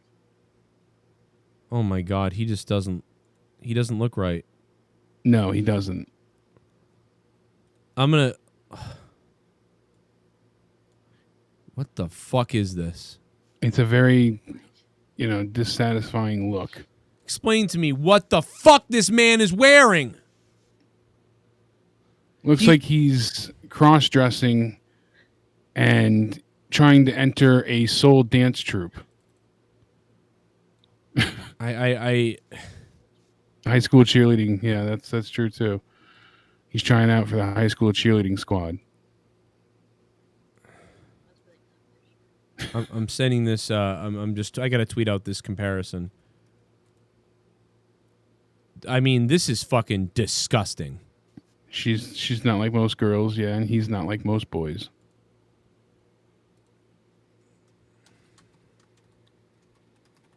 Imagine his Grundle Ryback. This is just horrendous. I mean, whoever allowed this needs to be fired. But we know who he is. This guy, I mean, I just keep staring at this photo. Like, if I saw him in the back, he looks like a fucking idiot. You know what it looks like? When I went to Grimm's. When I went to Grimm's Toy Show's wrestling thing, and I knew I was going to be a heel, as a joke, I wore a fucking oversized shirt.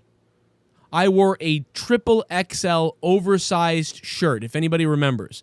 I actually looked insanely fat. I'm not that fat. But the shirt... Yeah, you look bigger than what you were then. I looked bigger than Grimm. And now I was bigger. I was about 220, 225. But I mean, wasn't... You weren't bigger than Grimm, but you were bigger. I looked big, though. And I wore tighties, like wicked tights, and then I put knee pads over them. And somebody was like, well, you're going to look ridiculous. And I'm like, yeah, that's the point. I'm going to look like an idiot. And then I just shaved my head recently, too. So then I decided to... You know, I'm like, when I have my head, when my hat isn't on my head, I'm gonna look fully bald. I'm gonna have this pube hair face, and I'm like, I'm gonna look like an asshole, and I love it because I'm the bad guy, and it makes sense. Why is he? But if I was gonna go out and try to be a guy that people liked, I would have never wore those clothes. I would have been like, dude, I gotta get some real gear or look right because people are gonna think I'm an asshole. But I wanted people to think I'm an asshole. So I didn't mind it. But this is career killing. Totally uncalled for and so unprofessionally just unsound. Why make this decision? Who consciously... If that's Keith's decision, then... No, he's dead in the water. Then there's no way. No, I don't give a shit if it is his idea. I don't care. Yeah, because there should be other people to say no to him. Exactly. Somebody should be like, Keith, you ain't fucking going out there like this, dude.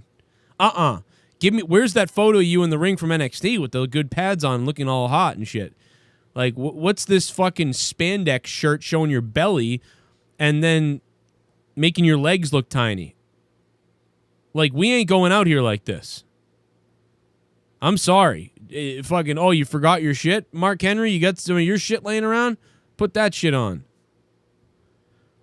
Go look at the pics from TakeOver 30. Keith Lee gained weight since then, somebody says. I don't care if he did. I don't care if he gained weight. He didn't look like this the other day at TakeOver 30. He can still go ahead and have a top on if he doesn't want to be bare-chested. But wearing a skirt-type shorts underneath is... awful. He could do I know it's supposed to be like that power top, but still, that compression top is not a good look. Just have a cutoff T-shirt. Yeah, that and regular shorts, if that's the case. Make them baggy if you need to. Go with the Samoa Joe look if that's the case. I mean, here's him in Roman Reigns when he showed up last time. That's where he looks like a wrestler. Yeah, that was Survivor Series. This don't look like a wrestler. This looks like an idiot. With that scowl, stupid face he makes, like with those clothes on, he looks like an idiot. Badass. And he's definitely put a little bit more weight on, you can tell, but still. And I don't even care. I don't care if he's fucking... He doesn't look much bigger, though, so it's not like... I don't think his chest looks any different there. His face looks a little bit fuller, but...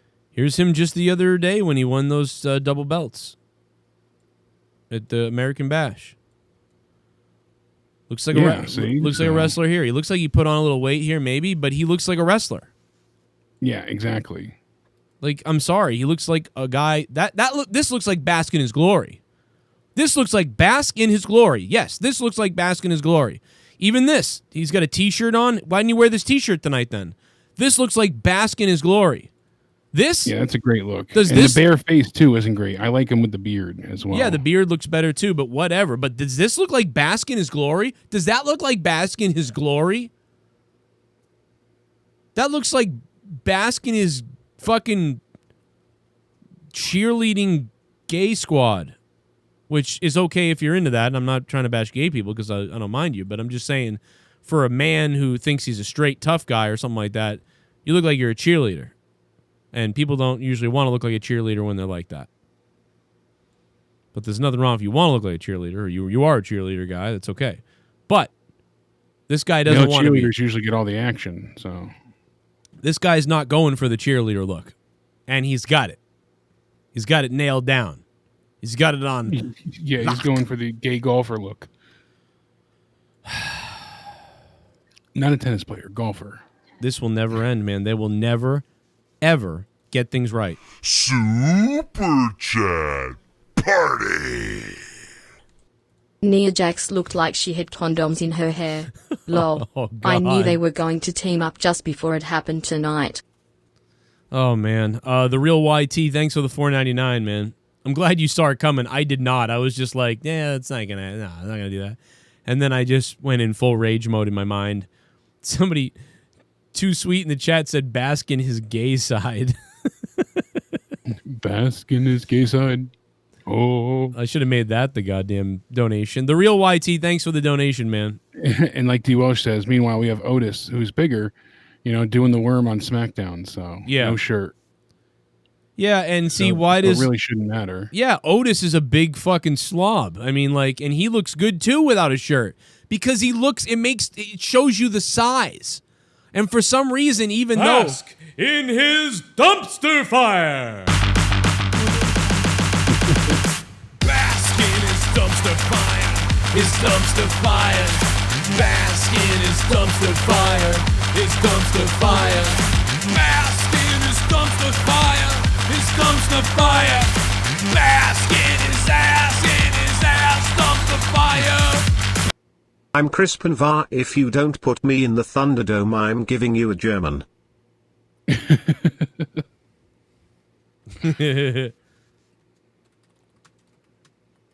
Crispin was. Is he one of those NXT guys?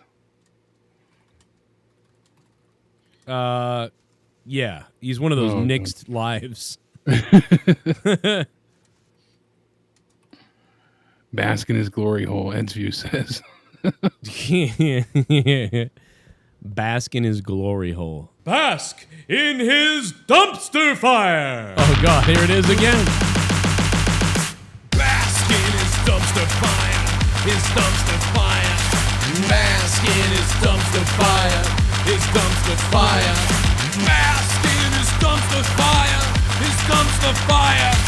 Bask in his ass dumpster fire. They gave him the clothing version of the Viking Experience for his main show debut. Sir Huggingtons, thank you for the $12 bask in his dumpster fire.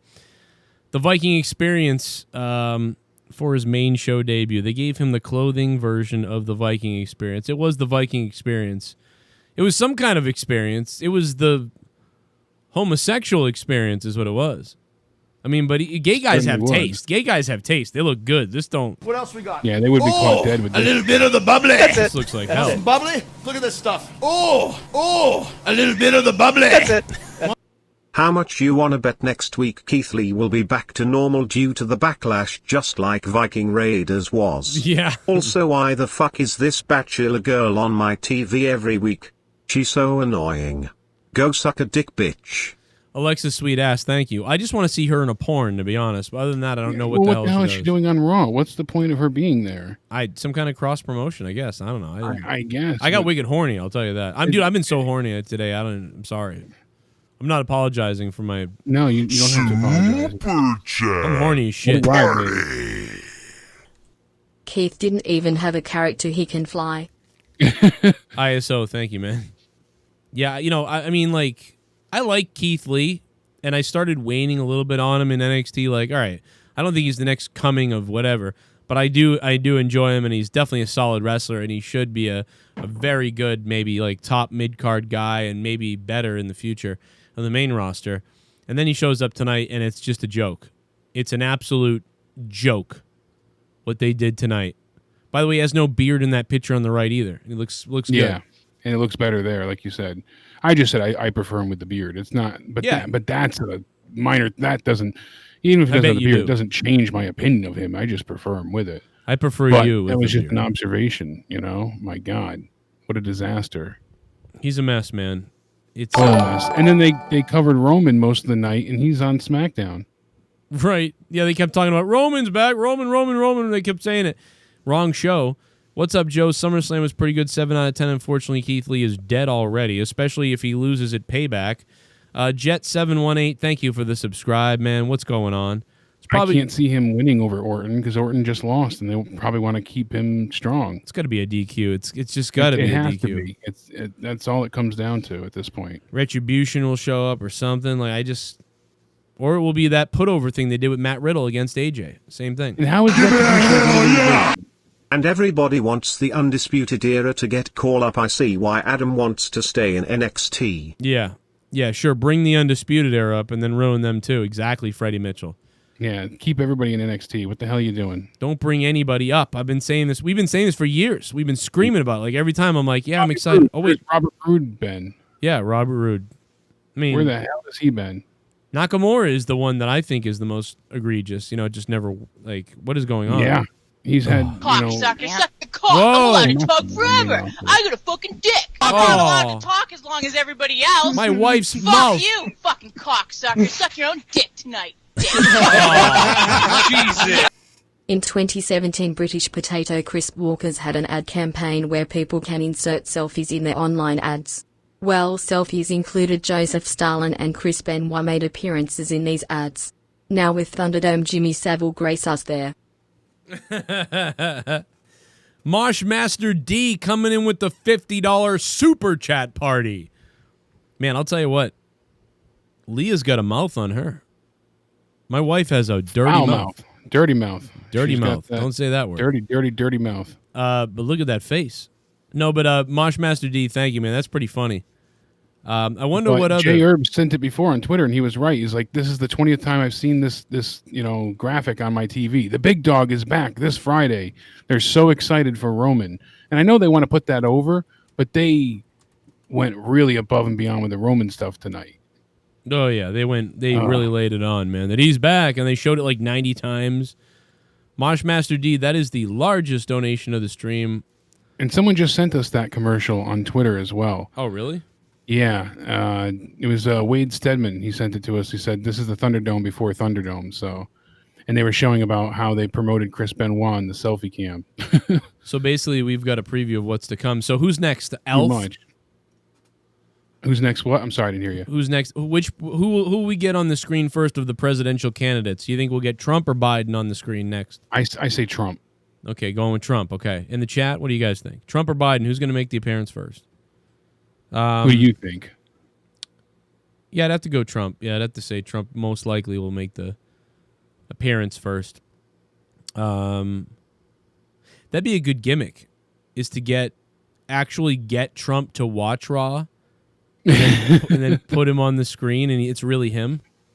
And they're friends with him. Why not do it? I'm surprised he didn't already make an appearance throughout his presidential campaign, whatever. Didn't Obama do that? He made an appearance on Raw or something, wasn't that? I thought he had a video thing, but he wasn't on either show directly. Yeah, we need a JCS sign because we haven't had a JCS sign now in about a year because of the virus. Or not a year, but 8 months or 6 months or something. Yeah, it was January time we had some for NXT as well. Right. So, yeah, I'm missing the signs in the audience. So somebody get signed up and get the Joe Cronin thing up there. Just the big JCS, it would look great. In fact, you could really coordinate it if you get a couple people next to each other in the cameras. Yeah, right. JCS. Danny says just put sticky notes up. There you go. It'll be mini posters. Right, that's because they'll be blown up. That's a good point. That'll be whoever gets the first sign on there. What did we not cover from tonight? Oh, Randy Orton, Keith Lee, we talked about, obviously. That match, 5 minutes. Obviously, Drew McIntyre breaks it up. We knew that was coming as well. Mm-hmm. So I was hoping that we would also see Keith Lee at the end of the night be a bit more upset that Drew McIntyre interrupted his debut match. He made light of it. He was okay with it. Why would you be okay with your debut match on Raw getting ended and ruined? Ended in disqualification. Why would you be okay with that? I know you're a face, but you could still be upset and say, hey, I had this. You should have let me finish the job for you. Well, he did mention it in the back, and the guy he was mentioned injured, it, so but that he didn't everything. get mad at him. He didn't defend himself. He was just like, shit happens. But his promo is just boring. He's like super boring about it. He's like, yeah, I had Randy Orton, and I wanted to do it on my own, but despite my friend not listening, he's going to the hospital now. And he's a strong son of a gun. He's a strong son of a gun, and I know that Drew McIntyre is going to make it. But I can't say the same thing for Randy Orton. It's like, did you just cut Rey Mysterio's promo in Kevin Owens' voice? Like, it was so bad, dude. Keith Lee should have been like animated or show himself. He didn't show anything. He just showed generic wrestler number 7. Keith Lee that was everything with him tonight. His appearance, his theme music, even everything we got from him in ring with Orton was pretty generic. His promo, it was just all base level, generic. That's it. Well, also Vince doesn't like when guys do stuff that's crazy when they're big. He tells them not to do it. He told Ryback. Ryback came out the other day ranting about how Vince wouldn't let him do anything aerial or cool. And I believe that. Yeah, so there goes there goes Keith Lee's aerial maneuvers. Bask in his just like every other big guy thing. Bask in this uselessness now. And that was the other thing about Raw. I mean, we got Asuka, I can't talk tonight. Asuka and Sasha Banks. They were in the Lumberjack match, or I should say Lumberjill match, but the Lumberjills did nothing. They did absolutely nothing. They barely even got involved. I think Bayley punched Asuka once. Uh-huh. And besides that, I think that was the most anybody really got involved until the very end when Baszler got involved with Bayley. But she wasn't even directly involved in the match. She just stopped Bayley from putting a chair into the match. So what was the point of, they could have just had interference. They didn't need the Lumberjack match. And the fight itself, the match that was going on, was terrible. It was nothing compared to what we got last night. And that wasn't great either. Right.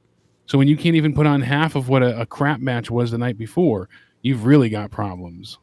And granted, they only had 8 minutes to do so, but it wasn't a good scenario. I can't get over Keith Lee. I can't get over this. Is he a waitress? He's a fucking waitress. Is he a waitress to you, Vince? Is this man a goddamn waitress? Even Randy's thinking, what the hell is he wearing? That's what Randy's thinking. Are you serious? This is what I'm supposed to be sort of scared of and back down from? He's like, you're a big boy, but you look ridiculous, so. What is You're wearing 2 shirts. All right. Yeah, you came out here to Raw Thunderdome with the spandex shirt and then the sweatshirt thing on top of it.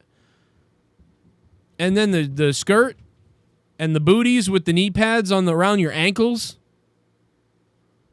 Does he always wear his knee pads around his ankles? I couldn't tell you. I want to say yes. No, he doesn't. No. Then just no. What is he doing? He just had him lower today. What the hell? And, for the people that are like, do what he looks like really matter, blah, blah, blah. Yes, it's wrestling. It does, very much. That's why Vince is an idiot most of the time, because it does matter. Looks matters in wrestling. That's the whole point. The first thing you do is judge the person, what they look like, and then it's about the mic skills after that, and then it's about the wrestling. Or it's about the look and then the wrestling. That's usually what it's about. And I'm not the look. People aren't going to watch you to begin with, and then if you don't keep them interested with the promos and the wrestling, you don't have the total package. And I'm not some insane person because Twitter is on fire tonight about this. So I'm not some weird person who just judges people on their looks. No, the guy looks like a wrestler on the right, and now he doesn't look like a wrestler. Now he looks like a goof. Randy Orton looks like a hot, 6'2", muscly guy who might be able to fight somebody. Keith Lee, no homo. Keith Lee looks like he's I don't know what he's doing here. Oh my God! I mean, even the New Day, he looks like he wants to be in the New Day as the weird eccentric guy who wears skirts and stuff. Orton should have said, "New Day's not out here," Yeah, imagine if Orton said that. well, I must have you confused with someone else because this isn't SmackDown, and I don't see Kofi or Big E or the New Day anywhere. I couldn't tell, but all you're missing is the unicorn head. I mean, go play on Up, Down, Down. He's just missing the corn on his head. That's it. I mean, even the sweatshirt's got pink on it. But I like pink, but everything's pink too. Yeah, the pink is fine. Yeah, I like pink too, but like, it just doesn't help with what's going on. It just doesn't. Yeah, it just to the whole scenario, it just makes it look worse. Absolutely. And that's a match that shouldn't have been given away at all. Granted, it ended in DQ, but, we should have had us wait for the pay-per-view for that to happen. And then the same thing for the main event with Rey Mysterio and Dominic taking on Seth and Buddy Murphy. And we got the false finish with that because of Retribution. The lights flickered, and then we see Retribution members go and beat the hell out of the Mysterio family. Okay, so we have another terrible ending. We get to see the faces get beat up yet again to make, heel heat. I feel like that's the constant thing with these shows. Heat. They've got to get everybody beaten down and destroyed and get their eyes gouged out and get destroyed by chairs and stairs and kendo sticks. And we only see them, get their vengeance, their comeuppance once every 3-4 months, if that. It just gets to be so tedious. I mean, you're seeing the same matches, the same opponents, the same story dragged out. At least then, if you got some, decent outcomes every now and again, you'd feel a little justified to want to tune into Monday Night Raw. But they don't even give you that. You get broken, crappy finishes, disqualifications, and run-ins, and nothing can be finished and be fully explored. So, long-term booking is a thing of the past, and it's just a real sad state of affairs. Maybe Shane taking over will change things. I don't know if he's in office yet for creative. I'm curious as to when that starts, but I'm not going to hold my breath and hold fast hope for him to make a difference. If Ron, Underground is anything to judge by, especially. Absolutely. This is just pathetic. I mean, the only thing I'm looking forward to right now is Thunder Rosa, like in AEW or something. I know. Tomorrow, hopefully, we can cover Dynamite because that was quite an interesting episode. I'm gonna watch AEW and we're gonna cover it tomorrow. I just couldn't get it done today, and it wouldn't have been. We would have been reviewing it right as Raw was starting, and it was like, let's not do that. So Super Chat Party. Aaron Joel. NXT has always been filler. Nothing they do in NXT matters in the main roster. That's why I don't watch NXT. WWE I haven't watched in months. But Aaron, the thing about it though is NXT is good. So you can it worked great on its own. It didn't have to be involved with the main roster at all. It was his own thing. It was its isolated event, and it worked so well being its own production. Once they got involved more with the main roster is when things started to turn to shit. Yeah, like it's good. I know that I ranted on it earlier and stuff, and I'm just disappointed. I just want NXT to exist in its own thing and don't bring people up anymore. Just let NXT exist and stop bringing people up because it's a waste of everybody's time. That's my problem. We have a bloated roster. Hell yeah! Hold on, is Jake nails blue? Yeah, my nails are blue and my thumbs are red. Would your daughter paint them? Mm-hmm. I had a whole spa day. I got a daughter. Yep. If you got a daughter, you end up with all kinds of colored nails. My nails were black in high school and purple, so Hey, there you go. Yeah, I lose a bet, and the next thing you know, I've got to have a whole spa day. So keeps her occupied. That's what being a good dad's all about. My daughter's like, is it okay if I do this? I'm like, I did in 8th grade. A little bit of the bubbly. That's it. Want some bubbly? Look at this stuff. Oh, a little bit of the bubbly. That's it. This show sucked more than Amanda at a KKK orgy where her trapdoor pussy getting tore up by kids sniffing Biden and Congress at But Touched Island. Oh JD, I fucked your grandmother. Oh, damn. Good Lord. Paulie in the chat said Keith Lee got main roasted. AJ Adams, thank you once again. One of the most savage donators in the community. I'm coming on your ass. All right, relax. Super Chat Party. Hey Joe, what do you think about the Diddler Dream situation? LOL, I sent Jake some breaking news just to break your last sane nerve. Spaz Phoenix, thanks for the $5. I guess I didn't don't get to read it all yet, but apparently it's one of the accusers speaking out and talking more about the alleged story with Velveteen Dream. Let's get one on the show. Let's get him on the show. Are you out there, Velveteen Dream accusers? Everybody clip this video right now. One of his accusers is Jacob Schmidt, a 17-year-old living in Ontario, Canada. Schmidt is a WWE fan that has been watching the program for several years, found himself at the beginning of what would turn into one of the most controversial scandals. And it says, how old were you at the time? I was 16. It's a very long thing and drawn out, but it shows all of the interactions and screenshots that he had with Velveteen. And Velveteen asking if he's packing, asking if he has a big dick. And he's like, so I ask again, do you think you're packing? The kid's like, I know I'm packing, because he said, I asked because natural gifts make it easier to sell ourselves. You must be sensitive to all methods for success. So he wanted to know if the kid had a large, junk in the trunk and full crotch packing. But what was the reason to know this? Because he's sick in the head. I mean, he starts off, what sport you play? You kind of look jacked. Kid says hockey. And he said, the kid says, I'm a noodle, meaning he's skinny. And he says, yeah. He says, but I'm working on it. He says, what's your age? The kid says 16. And he says, no worries. Are you packing? And he says, when you work in the TV business, you need the option and ability to sell at a moment's notice. I ask because certain natural gifts make it easier to sell ourselves. You must be sensitive to all methods for success. So I ask again, do you think you're packing? And the kid says, I know I'm packing.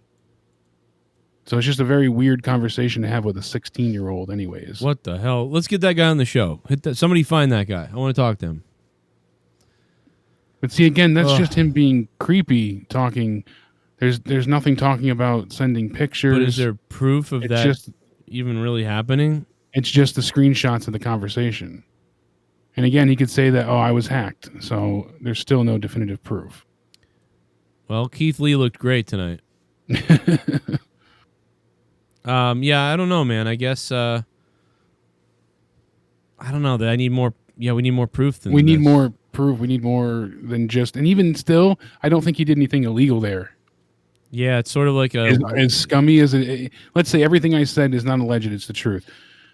It's really scummy, but I don't think he broke any laws by talking derogatorily to a 16-year-old. Yeah, it's disgusting. Yeah, I mean, the people aren't going to let it go. That was my point the other day with tweeting Triple H and them, is that, like, if you don't say something, man, these people aren't letting it go. Like, the accusers aren't letting it go. That was the Culture and Entertainment website. That was an interview that they did with CEW. Yeah, and it's like, how come when it comes to women, all these believe all women, like it's like everybody will get fired and freak out. The minute something like this happens, it's like kind of ignored. I don't know. It's just weird. This like seems to be a weird double standard. It is a huge odd double standard. Why not? It's very troubling. Why, like, if I was WWE, I'd want to hold an investigation and then have them read the investigation findings. Like, yes, a conversation did take place between these two. It was found there was nothing criminal about it, although it was morally questionable. There was nothing criminal about it. Nobody ever sent photos. Nobody ever visited anyone. No one ever suggested that. Nothing ever happened of a nature like that. Nothing that is prosecutable or whatever the hell happened. So we're going to move on now. We advised Mr. Dream, whatever that, as a superstar, you probably, don't have conversations with people. You need to conduct yourself better online. Yeah. And he's going to speak with minors. But text a team Wet Dream is not going to stop until they go ahead and get ahead of this. I mean, and even then, I don't think it'll be a cure, but it'll certainly help. Even then, maybe it won't go away, but at least we know nothing happened beyond that. And then people are going to decide whether they hate him for that conversation alone or not. But right now, people won't shut up about this. They won't stop. Ever seen Chris Hansen? Well, Chris Hansen is a lying scumbag, so I can't even trust him at all. Chris Hansen is a fake. The guy lied about Onision for about a year to get clout on his YouTube channel. Chris Hansen is a clout-chasing man who's lost almost all his money if you look up all the things that he's done. But yeah, he used to be good back when he had the TV show, I guess. Yeah, well, even then, we don't know how much of his investigative journalism was just gotcha journalism, and everyone was doing the work for him, because that's what it seems to be now with Hansen, that people are just, they do all the work for him, and then he tries to sell it to make the most money and profit from whatever bad situation. Yeah, they basically called like Onision like a pedophile and all these things for like a year, visited his house and harassed him. Never found anything, never found the proof he wanted, never found the things that people said, never followed up on stories. We didn't even really look into it because they were sent the laptop from the girl that did some of the main accusations, and they never even brought the laptop to the FBI or to the cops like they said they were going to. And then on they top did of no that, investigation. All he did was try and sell the story to a major news cable network type idea. Well, and on top of that, multiple accusers admitted they lied and things like that. He never made a video about that. Yeah, of course not. So, oh, look, the girl that I had on here for 2 hours one day that bashed him basically said she's sorry for, whatever, bending the truth, and it was a mistake. Yeah, she went ahead and, is he creepy? Yes. Is he... he's a creep. He's creepy.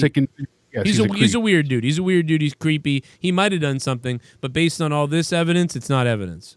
I loathe him, and I can't stand him, and I'd love to see him get put away if he actually did something, but he didn't break the law. And you argued, against me with this a while ago, and you were right. He didn't break the law for at least what they can prove. It's about what you can prove.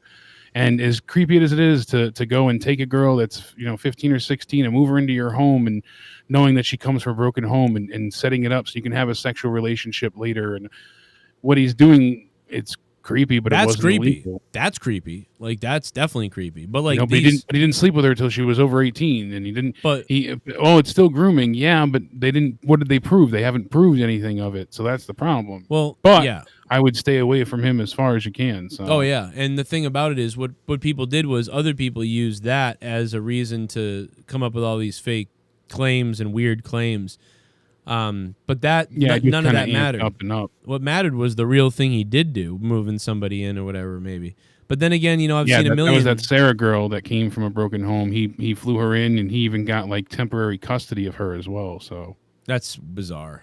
Yeah, why would you take over? Not, but a lot of people do this. But legal guardianship of this teenager. Thousands a day do this.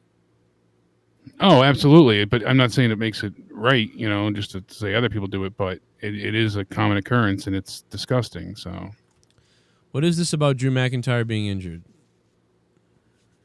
I don't know. I imagine. Well, they said his skull was fractured, but I that was just. I think it's all kayfabe, though. I don't think he has any legit injury, right? I don't know. Somebody sent me Wrestling News Co. WWE says Drew McIntyre may have suffered a career-threatening injury. That's got to be a joke. Oh, yeah, that's just WWE kayfabe. Saying that now with everything they're trying to sell the injury. That's why there's no rematch on Sunday. They just want to stretch this out. Yeah. So it's not a real legitimate injury. I was just making sure that he wasn't injured in the interim, and that's why they were giving Keith Lee the match. No, they just want Keith Lee to face Orton, and then this will stretch out the match rematch for Orton and Drew. That's all. Drew will get the pay-per-view off, it seems. As of right now, for the pay-per-view, we have 4 matches. We got Randy Orton and Keith Lee. We have the Golden Role Models, Bayley and Sasha, taking on Nia Jax and Shayna Baszler. Apollo Crews and Bobby Lashley, as we predicted. And as we predicted as well, Bray Wyatt as The Fiend, taking on Braun Strowman and Roman Reigns in a triple threat, no-holds-barred match. I am looking forward to that, but it seems like that's going to be pretty obvious where Braun gets pinned. I just got a comment on this guy saying that Kevin Owens said interviews, he's more comfortable in a shirt and all this other stuff. Yeah, that's true, but he's always worn a shirt. Kevin Owens has pretty much always worn a shirt. Keith Lee has been wearing no shirt for the last 5 years to 6 years. Yep. So, no, sorry. It's not people trying to say that I'm crazy. No. And he looks like a goof. Anyway, I didn't hear any of what you said because I was reading that and my head almost blew off my body. This Friday on SmackDown, we will obviously have Roman Reigns' segment confirmed for then. Obviously, we knew that was going to happen. Yeah. He's going to sign the contract for the triple threat match. And then we'll also have other appearances on SmackDown. So really, they're just full steam ahead with Roman. They're not even worried about advertising anything else for SmackDown. Oh, yeah. We just need Roman. Hell yeah! Did Z-Pack Dr. Pop what was on Dakota Kai's ass after Saturday? Did they use Tommy North Carolina quarters to do it? Slappy Fez, thanks to the 316. Yeah, I noticed it the other day, I think, on Corrupted or something. I was like, what? Or we were like, what's on her ass? Like a big bump. But it looked like a mosquito bite. I mean, whatever, I don't know. But it looked like I had a mosquito bite on me. It looked just like that. I was like, wow, it looks like a mosquito bite. It definitely stood out, though. I was like, what is that? Yeah, I was like, whoa. Really noticeable. Here we go. I'm I'll about to rub get it, man. Here we go. About to get it, man. Here we go. Here we go. Here we go. Oh, no. Censors made Keith Lee wear the shirt to keep the PG rating. They can't show those beak-up moves. Thank you, SBJ8405. I don't think that's it, but it's a funny point. Yeah, they just don't want, any nipples shown from big men. That would be weird. I just don't. Whoever's idea it was to have him come out dressed like that. Hashtag cover Keith Lee's man boobs. I don't know, dude. I don't know what's gonna happen to me this week on Twitter, but I'm gonna freak out. You're gonna lose another account. I'm sorry. I don't know how this is gonna go this week. I may snap. This is beyond raging. Oh, a little bit of the bubbly. That's it. Want some bubbly? Look at this stuff. Oh, a little bit of the bubbly. That's it. I'm sorry, Joe, I have to mention this. Prayers for Jacob Blake, a black man shot in the back 7 times by a cop in front of his kids, all breaking loose in Wisconsin. AJ Adams, thanks for the donation. Yeah, all hell is breaking loose in Wisconsin, yeah. I don't know what to tell you, bro. If I was a cop, I'd be like, I'm not working. If I was a white cop, I'd be like, I'm not working. I can't do this. Unless it's a white area, I'm not working it. Because if somebody goes to reach for a gun and I shoot them and I'm in trouble, nope. I'm not doing that. Richard Axelson, thanks for the sub, man. What's going on? Yeah, I don't know, bro. Maybe get tasers or something like that. There's going to be no justice. The people that are out wanting to destroy stuff for justice, Super chat. The cops are trained to do that. It reminded me of Killian Dane in the singlet. Yeah, that's true. And what we found out about that, Corwin Eberle, it reminded me of Killian Dane as well. Everybody was like, what the hell's he wearing? But this was worse. This was worse than Killian Dane. But Killian Dane's singlet was his idea. And and I think that's what ended him too. Because he was met with some resistance about it. And he was like, no, I really want to wear this. And then they were like, okay. And then he went out and Twitter was just filled with like, what the hell is he wearing? And then the next thing you know, Killian Dane was no more. So to me, I think he actually, one of the reasons why the office was salty on him was because they didn't want him to wear the singlet. And then he said he wanted to, and then was like, please. And then they finally said, all right, fine, wear the singlet. Then he did, and then they got backlash. And then they said, well, F you. Exactly. So how the hell do you win in that? Yeah, so that was Killian Dane's fault, but that is not this. This is not, No, this is a choice. This is an outright choice that someone made to punish NXT fans. I mean, this is just not even right. If he'd worn a singlet, it would have been better. It would have been. Because at least it was wrestling attire. This doesn't look right at all. No, he looks like he's cheerleading. Oh, my God, dude. I don't even know what to tell you anymore. I don't even know what to tell you anymore. I don't know what to make of any of it. I honestly don't. I don't know why they decide the things they do.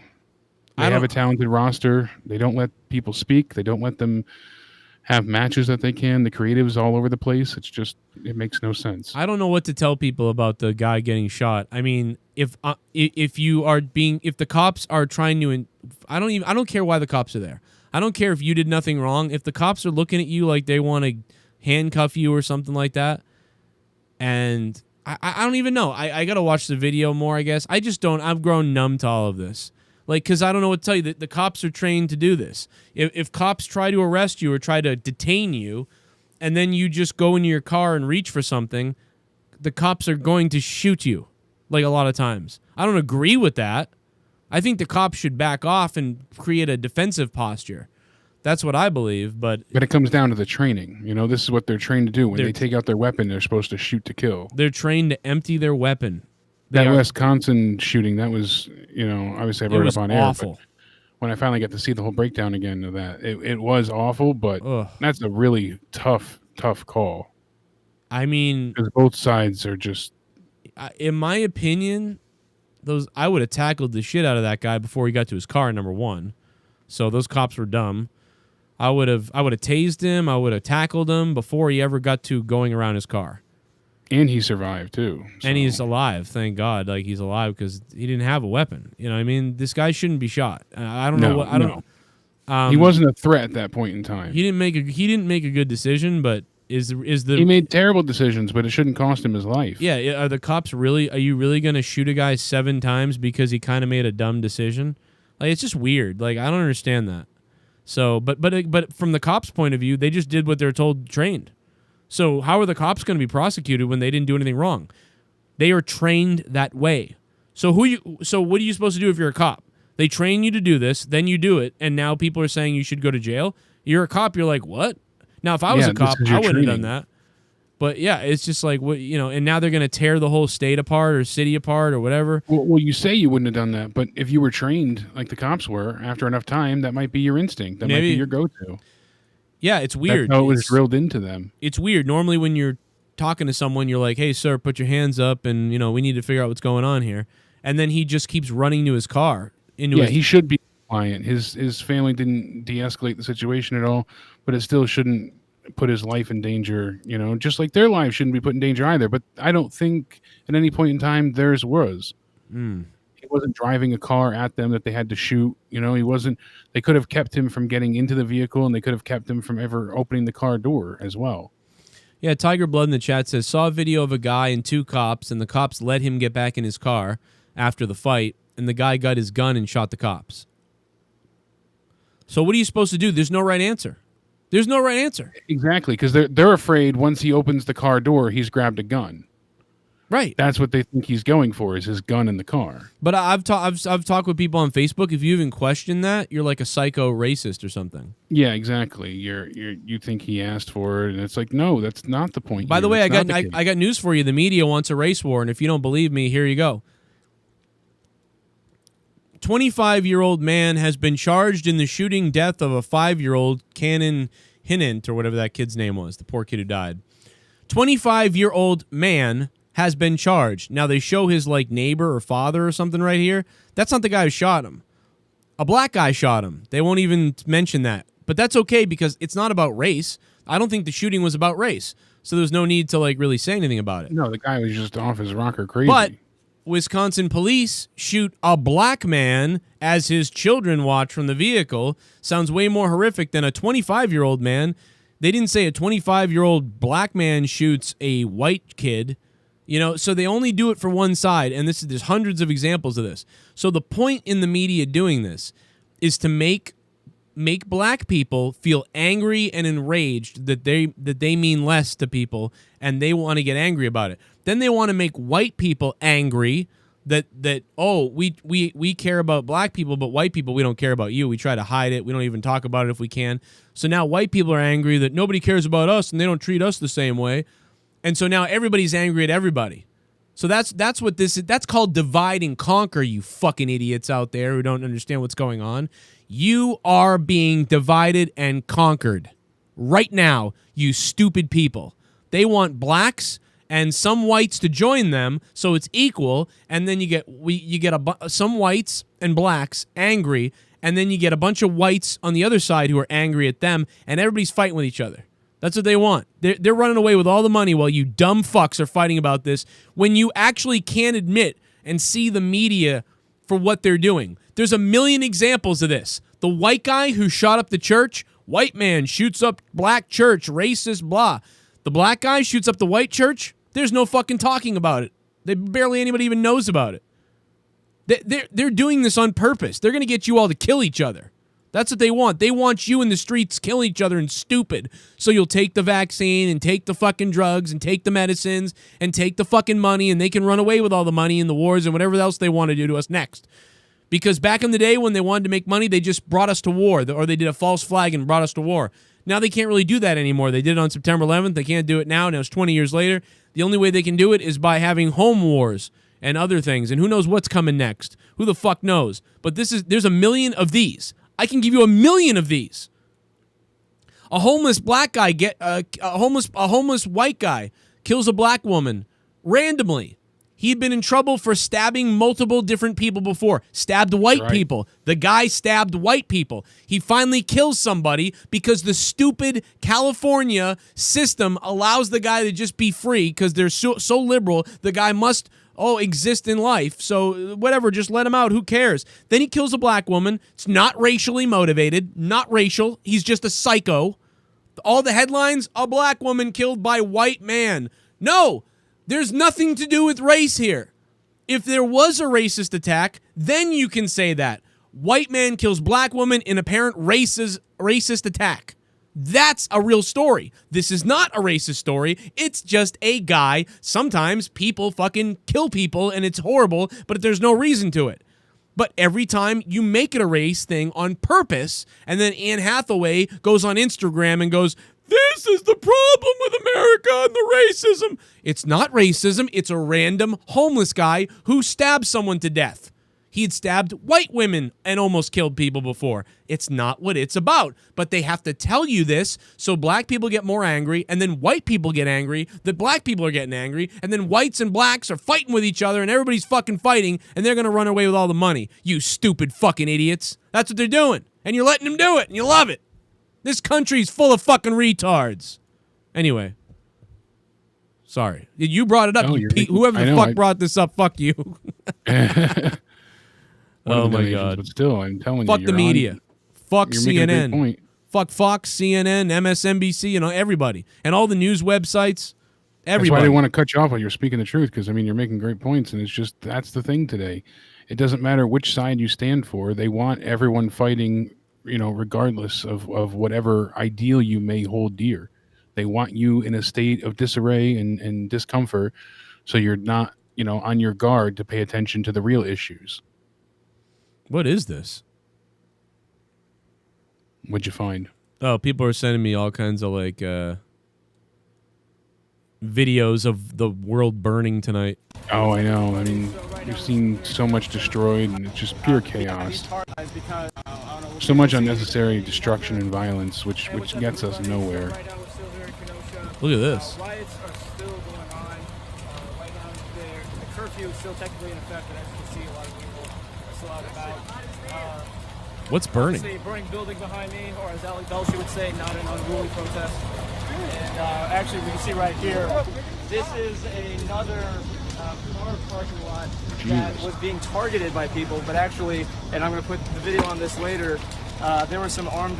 It's an old car. Citizens, basically, and they had tactical gear and AR-15s, and they came over here and stopped the people or the rioters trying... Remember when people were just worried about the random shootings that were happening? To destroy a lot of the... now you have those people stopping right. These cars... This guy's wearing a big thing that says press. They're not on fire like one that's over there. Vest. Yeah, not a bad idea. Is because armed citizens put a stop to it. So, I don't know. We'll see. Oh, wow. So he's saying basically armed citizens stop people from breaking into the cars. He stopped them from destroying the parking lot, because the parking lot was burned the night before, or 2 nights ago. I'm telling the people are sick of people being killed and by cops and stuff. But I think there's also a lot of other people that are sick of businesses of people who have nothing to do with that burning down. So there's just going to be a giant war. It's getting there. It's coming. But let's get closer to the election. It'll happen. It's going to be on the streets. There's going to be 50 to 100 people having battles in different battle areas throughout the country. There won't be a full out civil war because most of us don't want to do that. You know what I mean? Most of us don't want that. Most of us are smart enough to try to change things a different way. So there'll only be about, a small percentage every state of kind of just people who are willing to be nuts. And then there'll be a certain percentage of people who want to defend, property and things like that. And so those people are going to clash. Blood will be shed for nothingness essentially. Yeah, and I feel really bad for the people that are scared of the cops and and people that are scared of the rioters and everything that everybody's just scared of all these things right now, and that's the problem is everybody's kind of right but they take it they're going a little too far on all ends, and if everybody could look at the problems that each group has and they could dial it back, we could fix things. The cops could be a little bit retrained maybe, but we could also educate people on how dangerous it is to be a cop. But the cops are just out thinking like, I got to stay alive. I got to stay alive at all costs. They're not thinking about anything else. Like, that's one of the issues. Yeah, I don't think they're out deliberately. Yes, there's bad cops, but I think 9 out of 10 aren't there out to hurt you. They just want to make it home to their families. Can you imagine if we caught some of the really bad stuff, like some of the really, like the crooked cop, like the real crooked cop stuff? Like, that stuff would be insane if we caught some of that. We did once. We caught Rodney King back in the early 90s. Who would think that we would have about... Now, I don't think the things that we see nowadays are like Rodney King as much. The Rodney King thing was, a whole different thing. But that was a different thing entirely. We basically had like 10 Rodney Kings this year, it feels like. Essentially. It's crazy. That's how it feels. But anyway, let's get back to wrestling, and fuck you for donating that and making me talk about it a lot. Super Chat Party. Adam Cole will be Michael Cole's lost son. Yeah, it's been a joke for a while, and there's no similarity. Michael Cole is an idiot. Yeah, exactly. No, I like Michael Cole, but as a producer. I like Michael Cole as a producer. That is something they would do, though, just because. Right. I mean, if they made Kurt Angle's son, his half-black lost child and Jordan, then I guess they could do anything they want. I think I'm out of energy. Neo wants me to flip out again. I think I'm out of energy. Well, I'm on my way out as well. I got to be the doctor's ass early in the morning, so I got about 4 hours till that happens. But everybody, I'm going to give Raw a 3.5 out of 10 tonight. Not a great night at all. Hopefully AEW is better. I think AEW is on Thursday this week, I believe. I have to double check, but I'm pretty sure it's on Thursday because of the NBA. So we will have out of nowhere / payback predictions / AEW Dynamite review Thursday. It's going to be one hell of an out of nowhere. Busy couple weeks, man. Like, what's going on? Yeah, because this week we got payback, then next week we got all out. So just keeps coming. Good for the channel, good for growth. But everybody have a great night. Stay sexy, stay healthy. Joe, kisses. Hit me up tomorrow so we can do the AEW review. Yeah, baby. I'll hit you up in the morning. Sounds like a plan. Around 1 or something, maybe. Alrighty. I will be around. Hit me up. All right. Kisses. Everybody have a good night, Jake. Kisses. Thank you. Thank you, Jake. Thank you. Hey, man, I'll always listen to you guys' point of views on things, too, man. I know there's some people that think the cops, what they did was right. Other people think it's wrong. Other people know that it's what they're trained to do, but it's not right. And people have all these different opinions, man. I'm here to listen to you, too. I'm here to listen to your opinions. I'm not here to tell you guys, I don't want to push a political opinion or anything else like that on anybody because I don't know what the fuck I'm talking about, so... But I'm here to listen to whatever and try to make an assessment if I have to. But really, I'm here to talk about wrestling, so it's not really about that. But I know it's something big that's going on right now, and people got it on their mind, and they're worried and stuff like that. I just, I want to do the right thing fairly. I don't want to say that something was wrong or right, or if I don't really know the whole story and whatever else. But I definitely feel bad that there's a lot of... I feel bad that there's people out there who are black who are scared,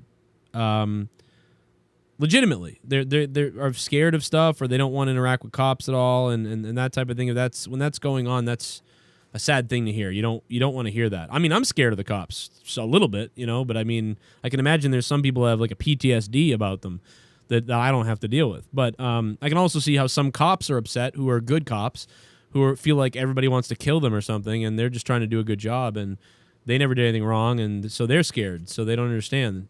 So I can understand all these different people being scared. It just breaks your heart that people get murdered or hurt or killed because of mistakes or bad cops, or the cops get killed by bad people and nobody cares about that.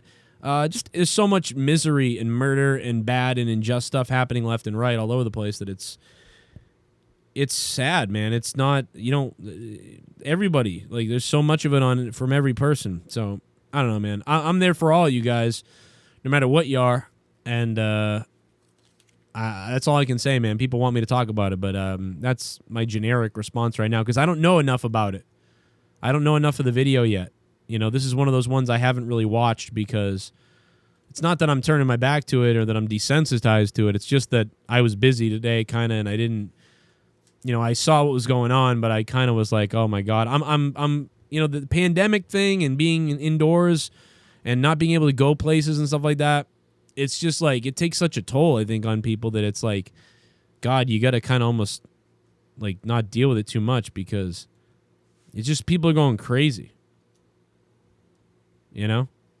But anyway, good night, Jake. What's up, chat?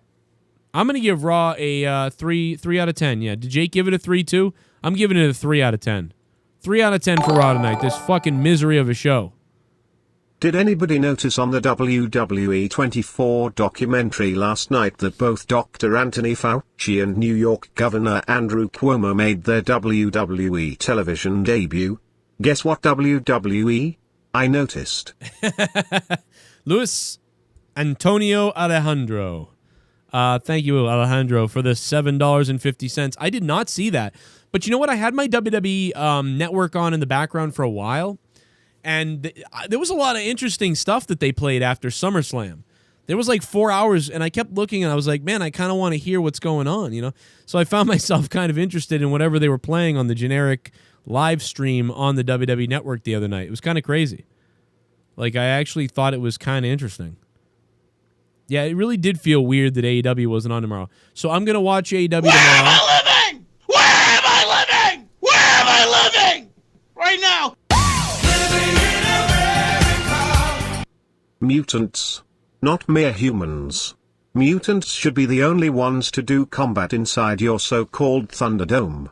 Whoever decided to put a wrestling ring inside of Cerebro needs to mentally probed by myself and anal probed by Logan. Logan, come in here with me. Come into Cerebro with me, Logan, and I'll fornicate with your face.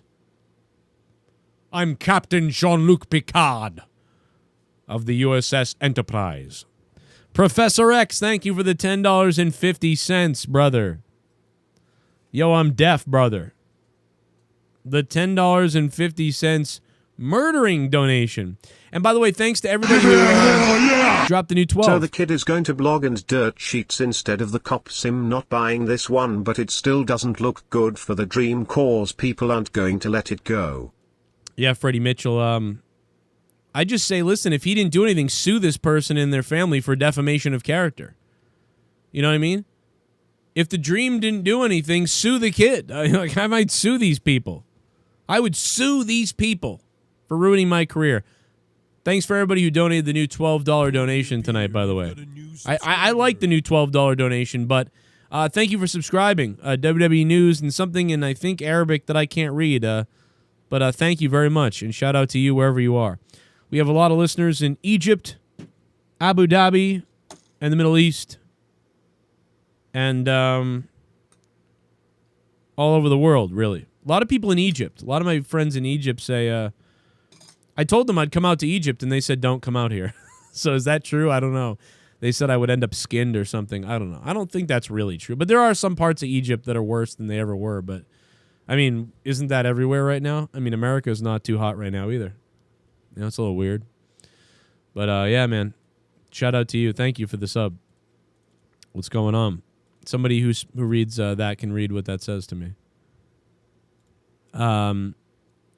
Yeah, I think the Drew being injured is a work thing from the company. It's just them. You know, a lot of people have been sending me, oh my God, Drew's injured. It's part of the work. It's not a. It's part of the story.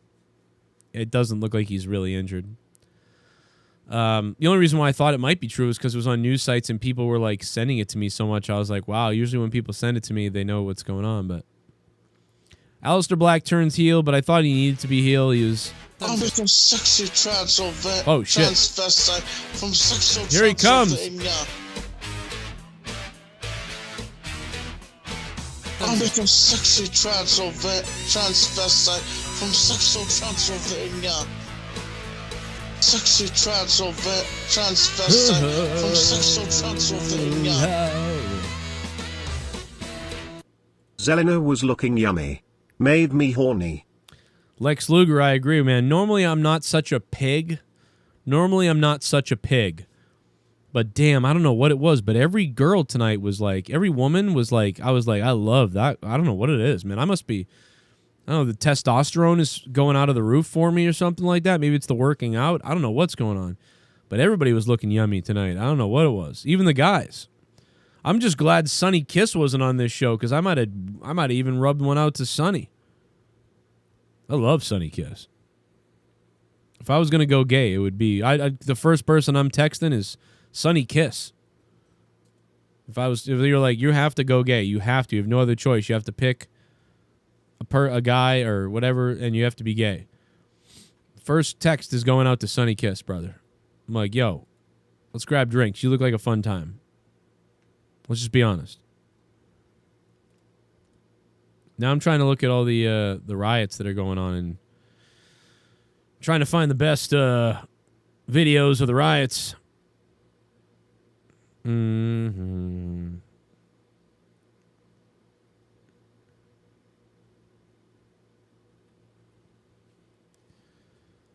Oh, here we go. Wow. Kenosha Business District being burned down. Well, there goes another city. There goes another city. Bye. Another city ruined. See ya. You know what's weird is like these places didn't do anything. Like these people, like, you know what's funny is like this guy got, it's not funny that he got killed, but it's this guy gets killed or he gets shot by the cops. Thank God he didn't die. It might be way worse if he had died.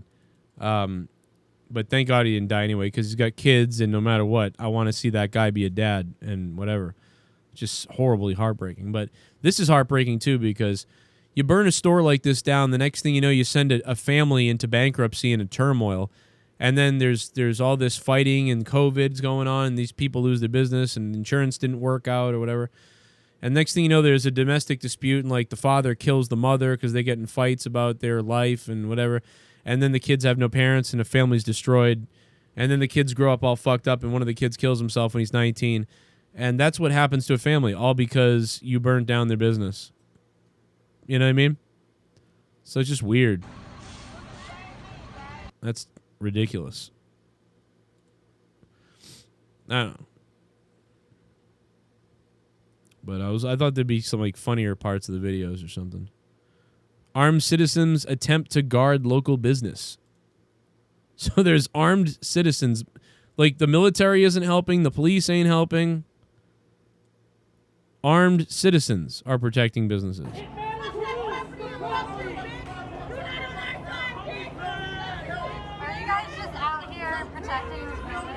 We're out here trying to protect residents, we're trying to protect the innocent people, and we're trying to protect the businesses of the citizens out here.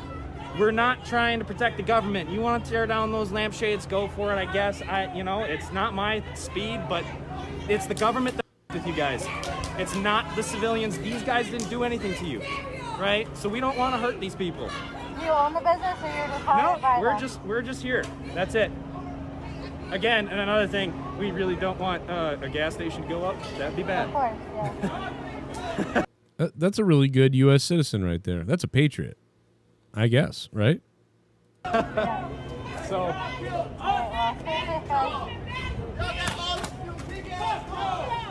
Now, is this guy really military, though? Or is that guy just dressed as military? I'm on your side as long as you're against the cops, but you can't burn down your local businesses.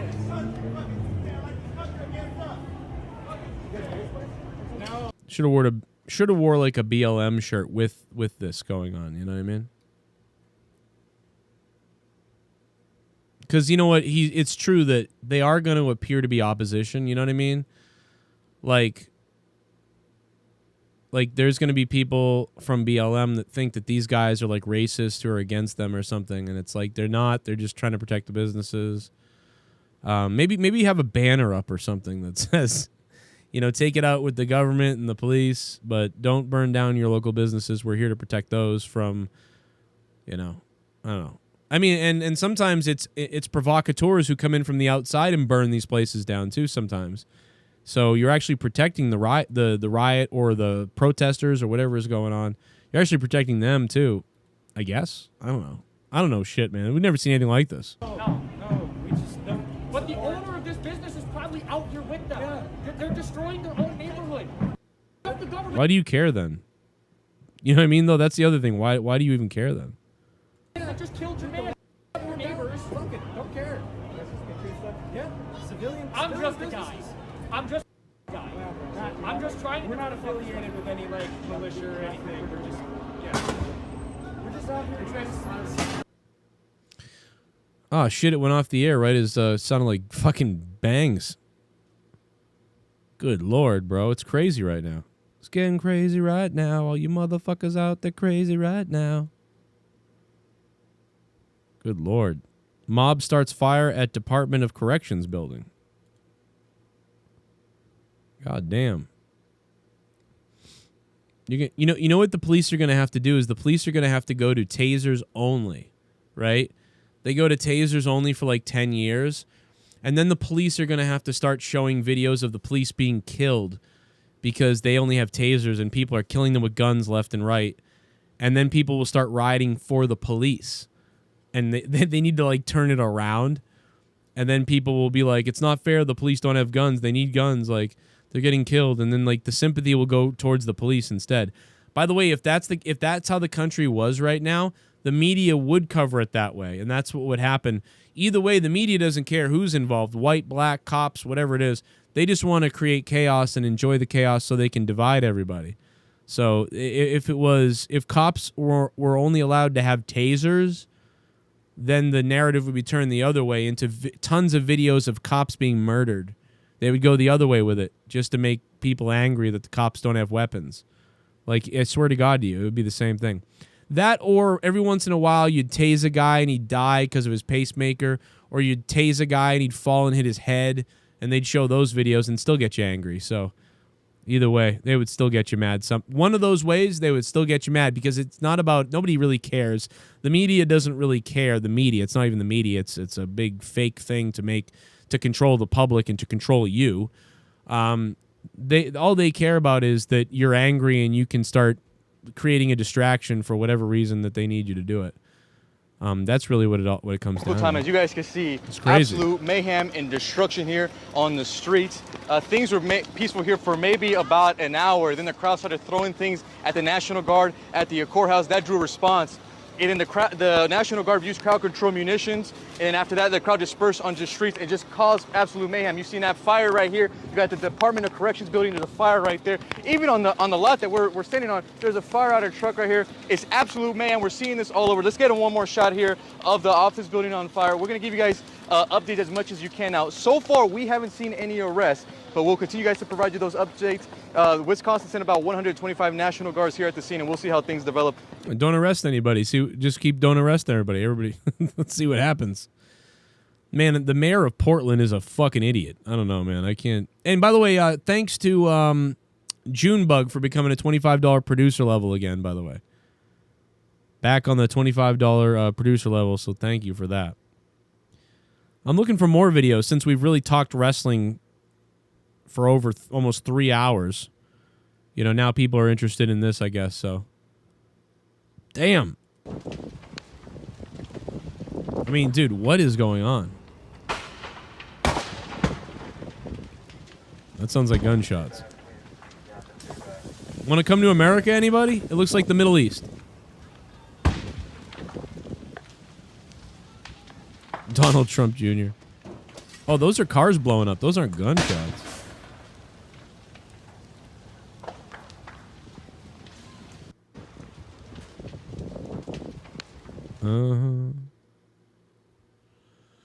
Oh, boy.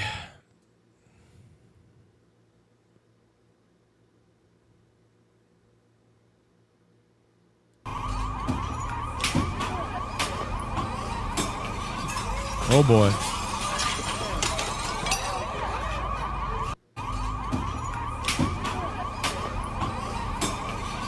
I mean, why don't these people get shot? You know what I mean? How come these people aren't getting shot? Aren't you supposed to shoot these people that are breaking into stores? I'll tell you what, man. If I owned a store and I would have weapons, I'd clean out about 30 people.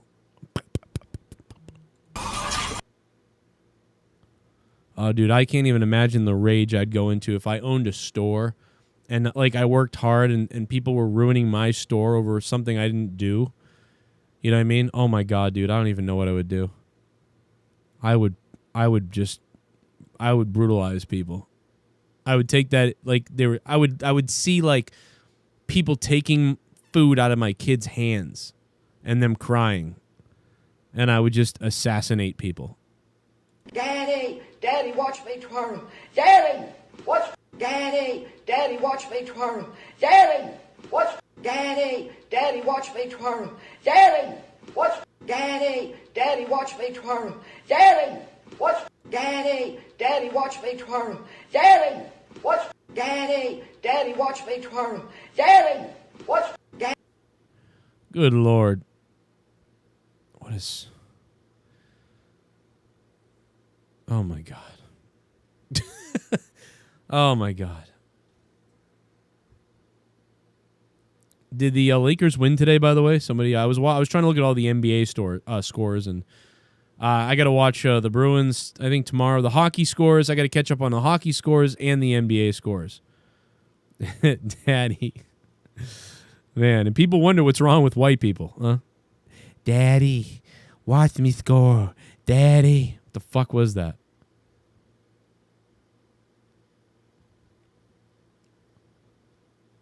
I'm still trying to find more videos.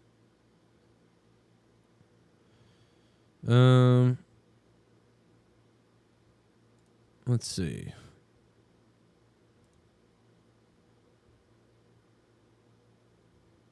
Ba-ba-ba-ba.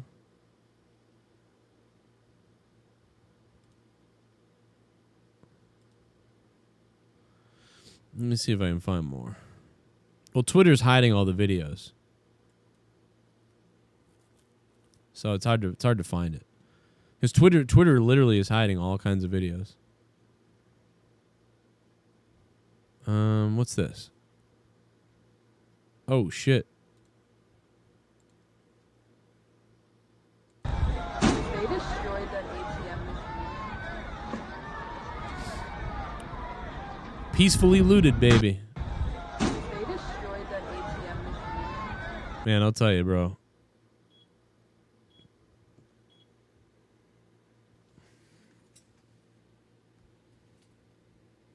Oh shit, my dehumidifier is full. And it's not emptying the right way because I got a hose hooked up to it.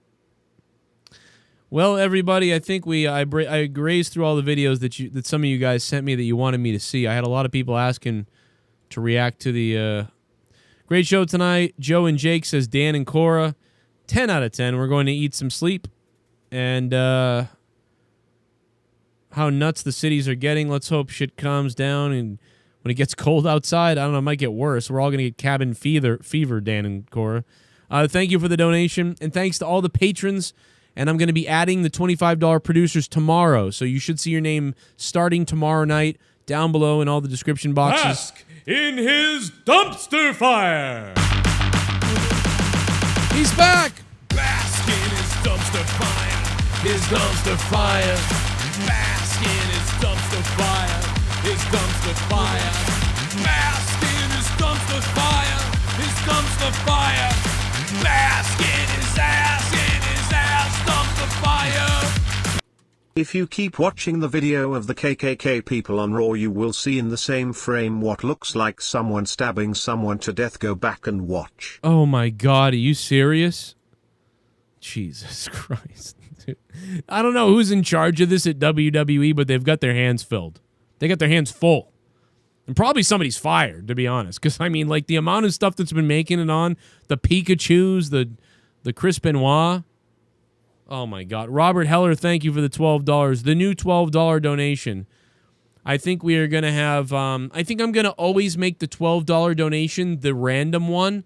So the next time I see something valid to do or create, I'm going to use the $12 donation, and I'll let you guys know when I change it. Unless the Bask in his dumpster fire becomes so popular, we keep it for a little while. I don't know. But I want to say thank you and for all the donations tonight, guys. And thanks to Moshmaster D for the $50. That was the largest one of the night. And everybody else who dropped the $12. And again, Raw was just a nightmare. And I will see you guys tomorrow for the AEW review. And then for Throwdown, which will be on my other channel, as you know. And again, I'll be shouting out the new $25 producer patrons tomorrow and updating the list. We are at 341 patrons. And I have Morning Madness episodes and more episodes with Jesse, Drew, me and Jesse, me and Jake, and more coming this week. So thank you to the 341 patrons on Patreon. 30 hours of bonus content a month you can't get on the regular YouTube channel. So shout out to Dan and Core for becoming $25 producers. And for Junebug, who is back in the $25 producer spot. Thank you to Junebug and Tony from Revere. Tony from Revere going up to the $25 Patreon spot, producer level tier as well. Hit me up if you have any questions, guys. Email me, joecronshow@yahoo.com, at JCS commentary on Twitter. Instagram. You definitely want to follow me on Instagram. Instagram.com/Joe Cronin Show, or just look up Joe Cronin Show on Instagram. You'll find me. Come follow me on Instagram, and we'll talk over there. And hope you guys are safe tonight and tomorrow. Stay safe. Spread the love. And if you got a husband, make sure you spread your legs. And if you got a wife, make sure you grow the beanstalk. Yeah. I'm Joe Cronin. Hit that like button and subscribe if you're a psycho. And I'll see you tomorrow. Thank you, guys. Love to all of you.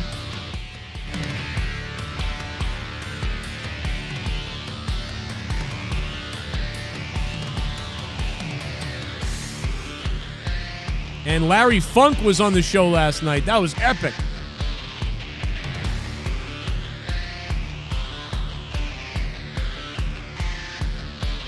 Culture Plus Entertainment is the site that Ashley Rose runs.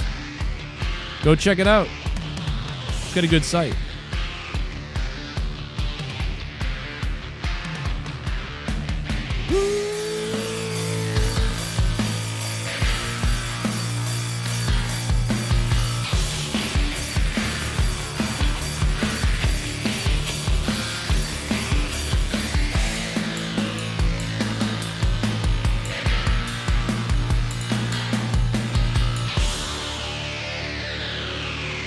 And they're going out for some hangings.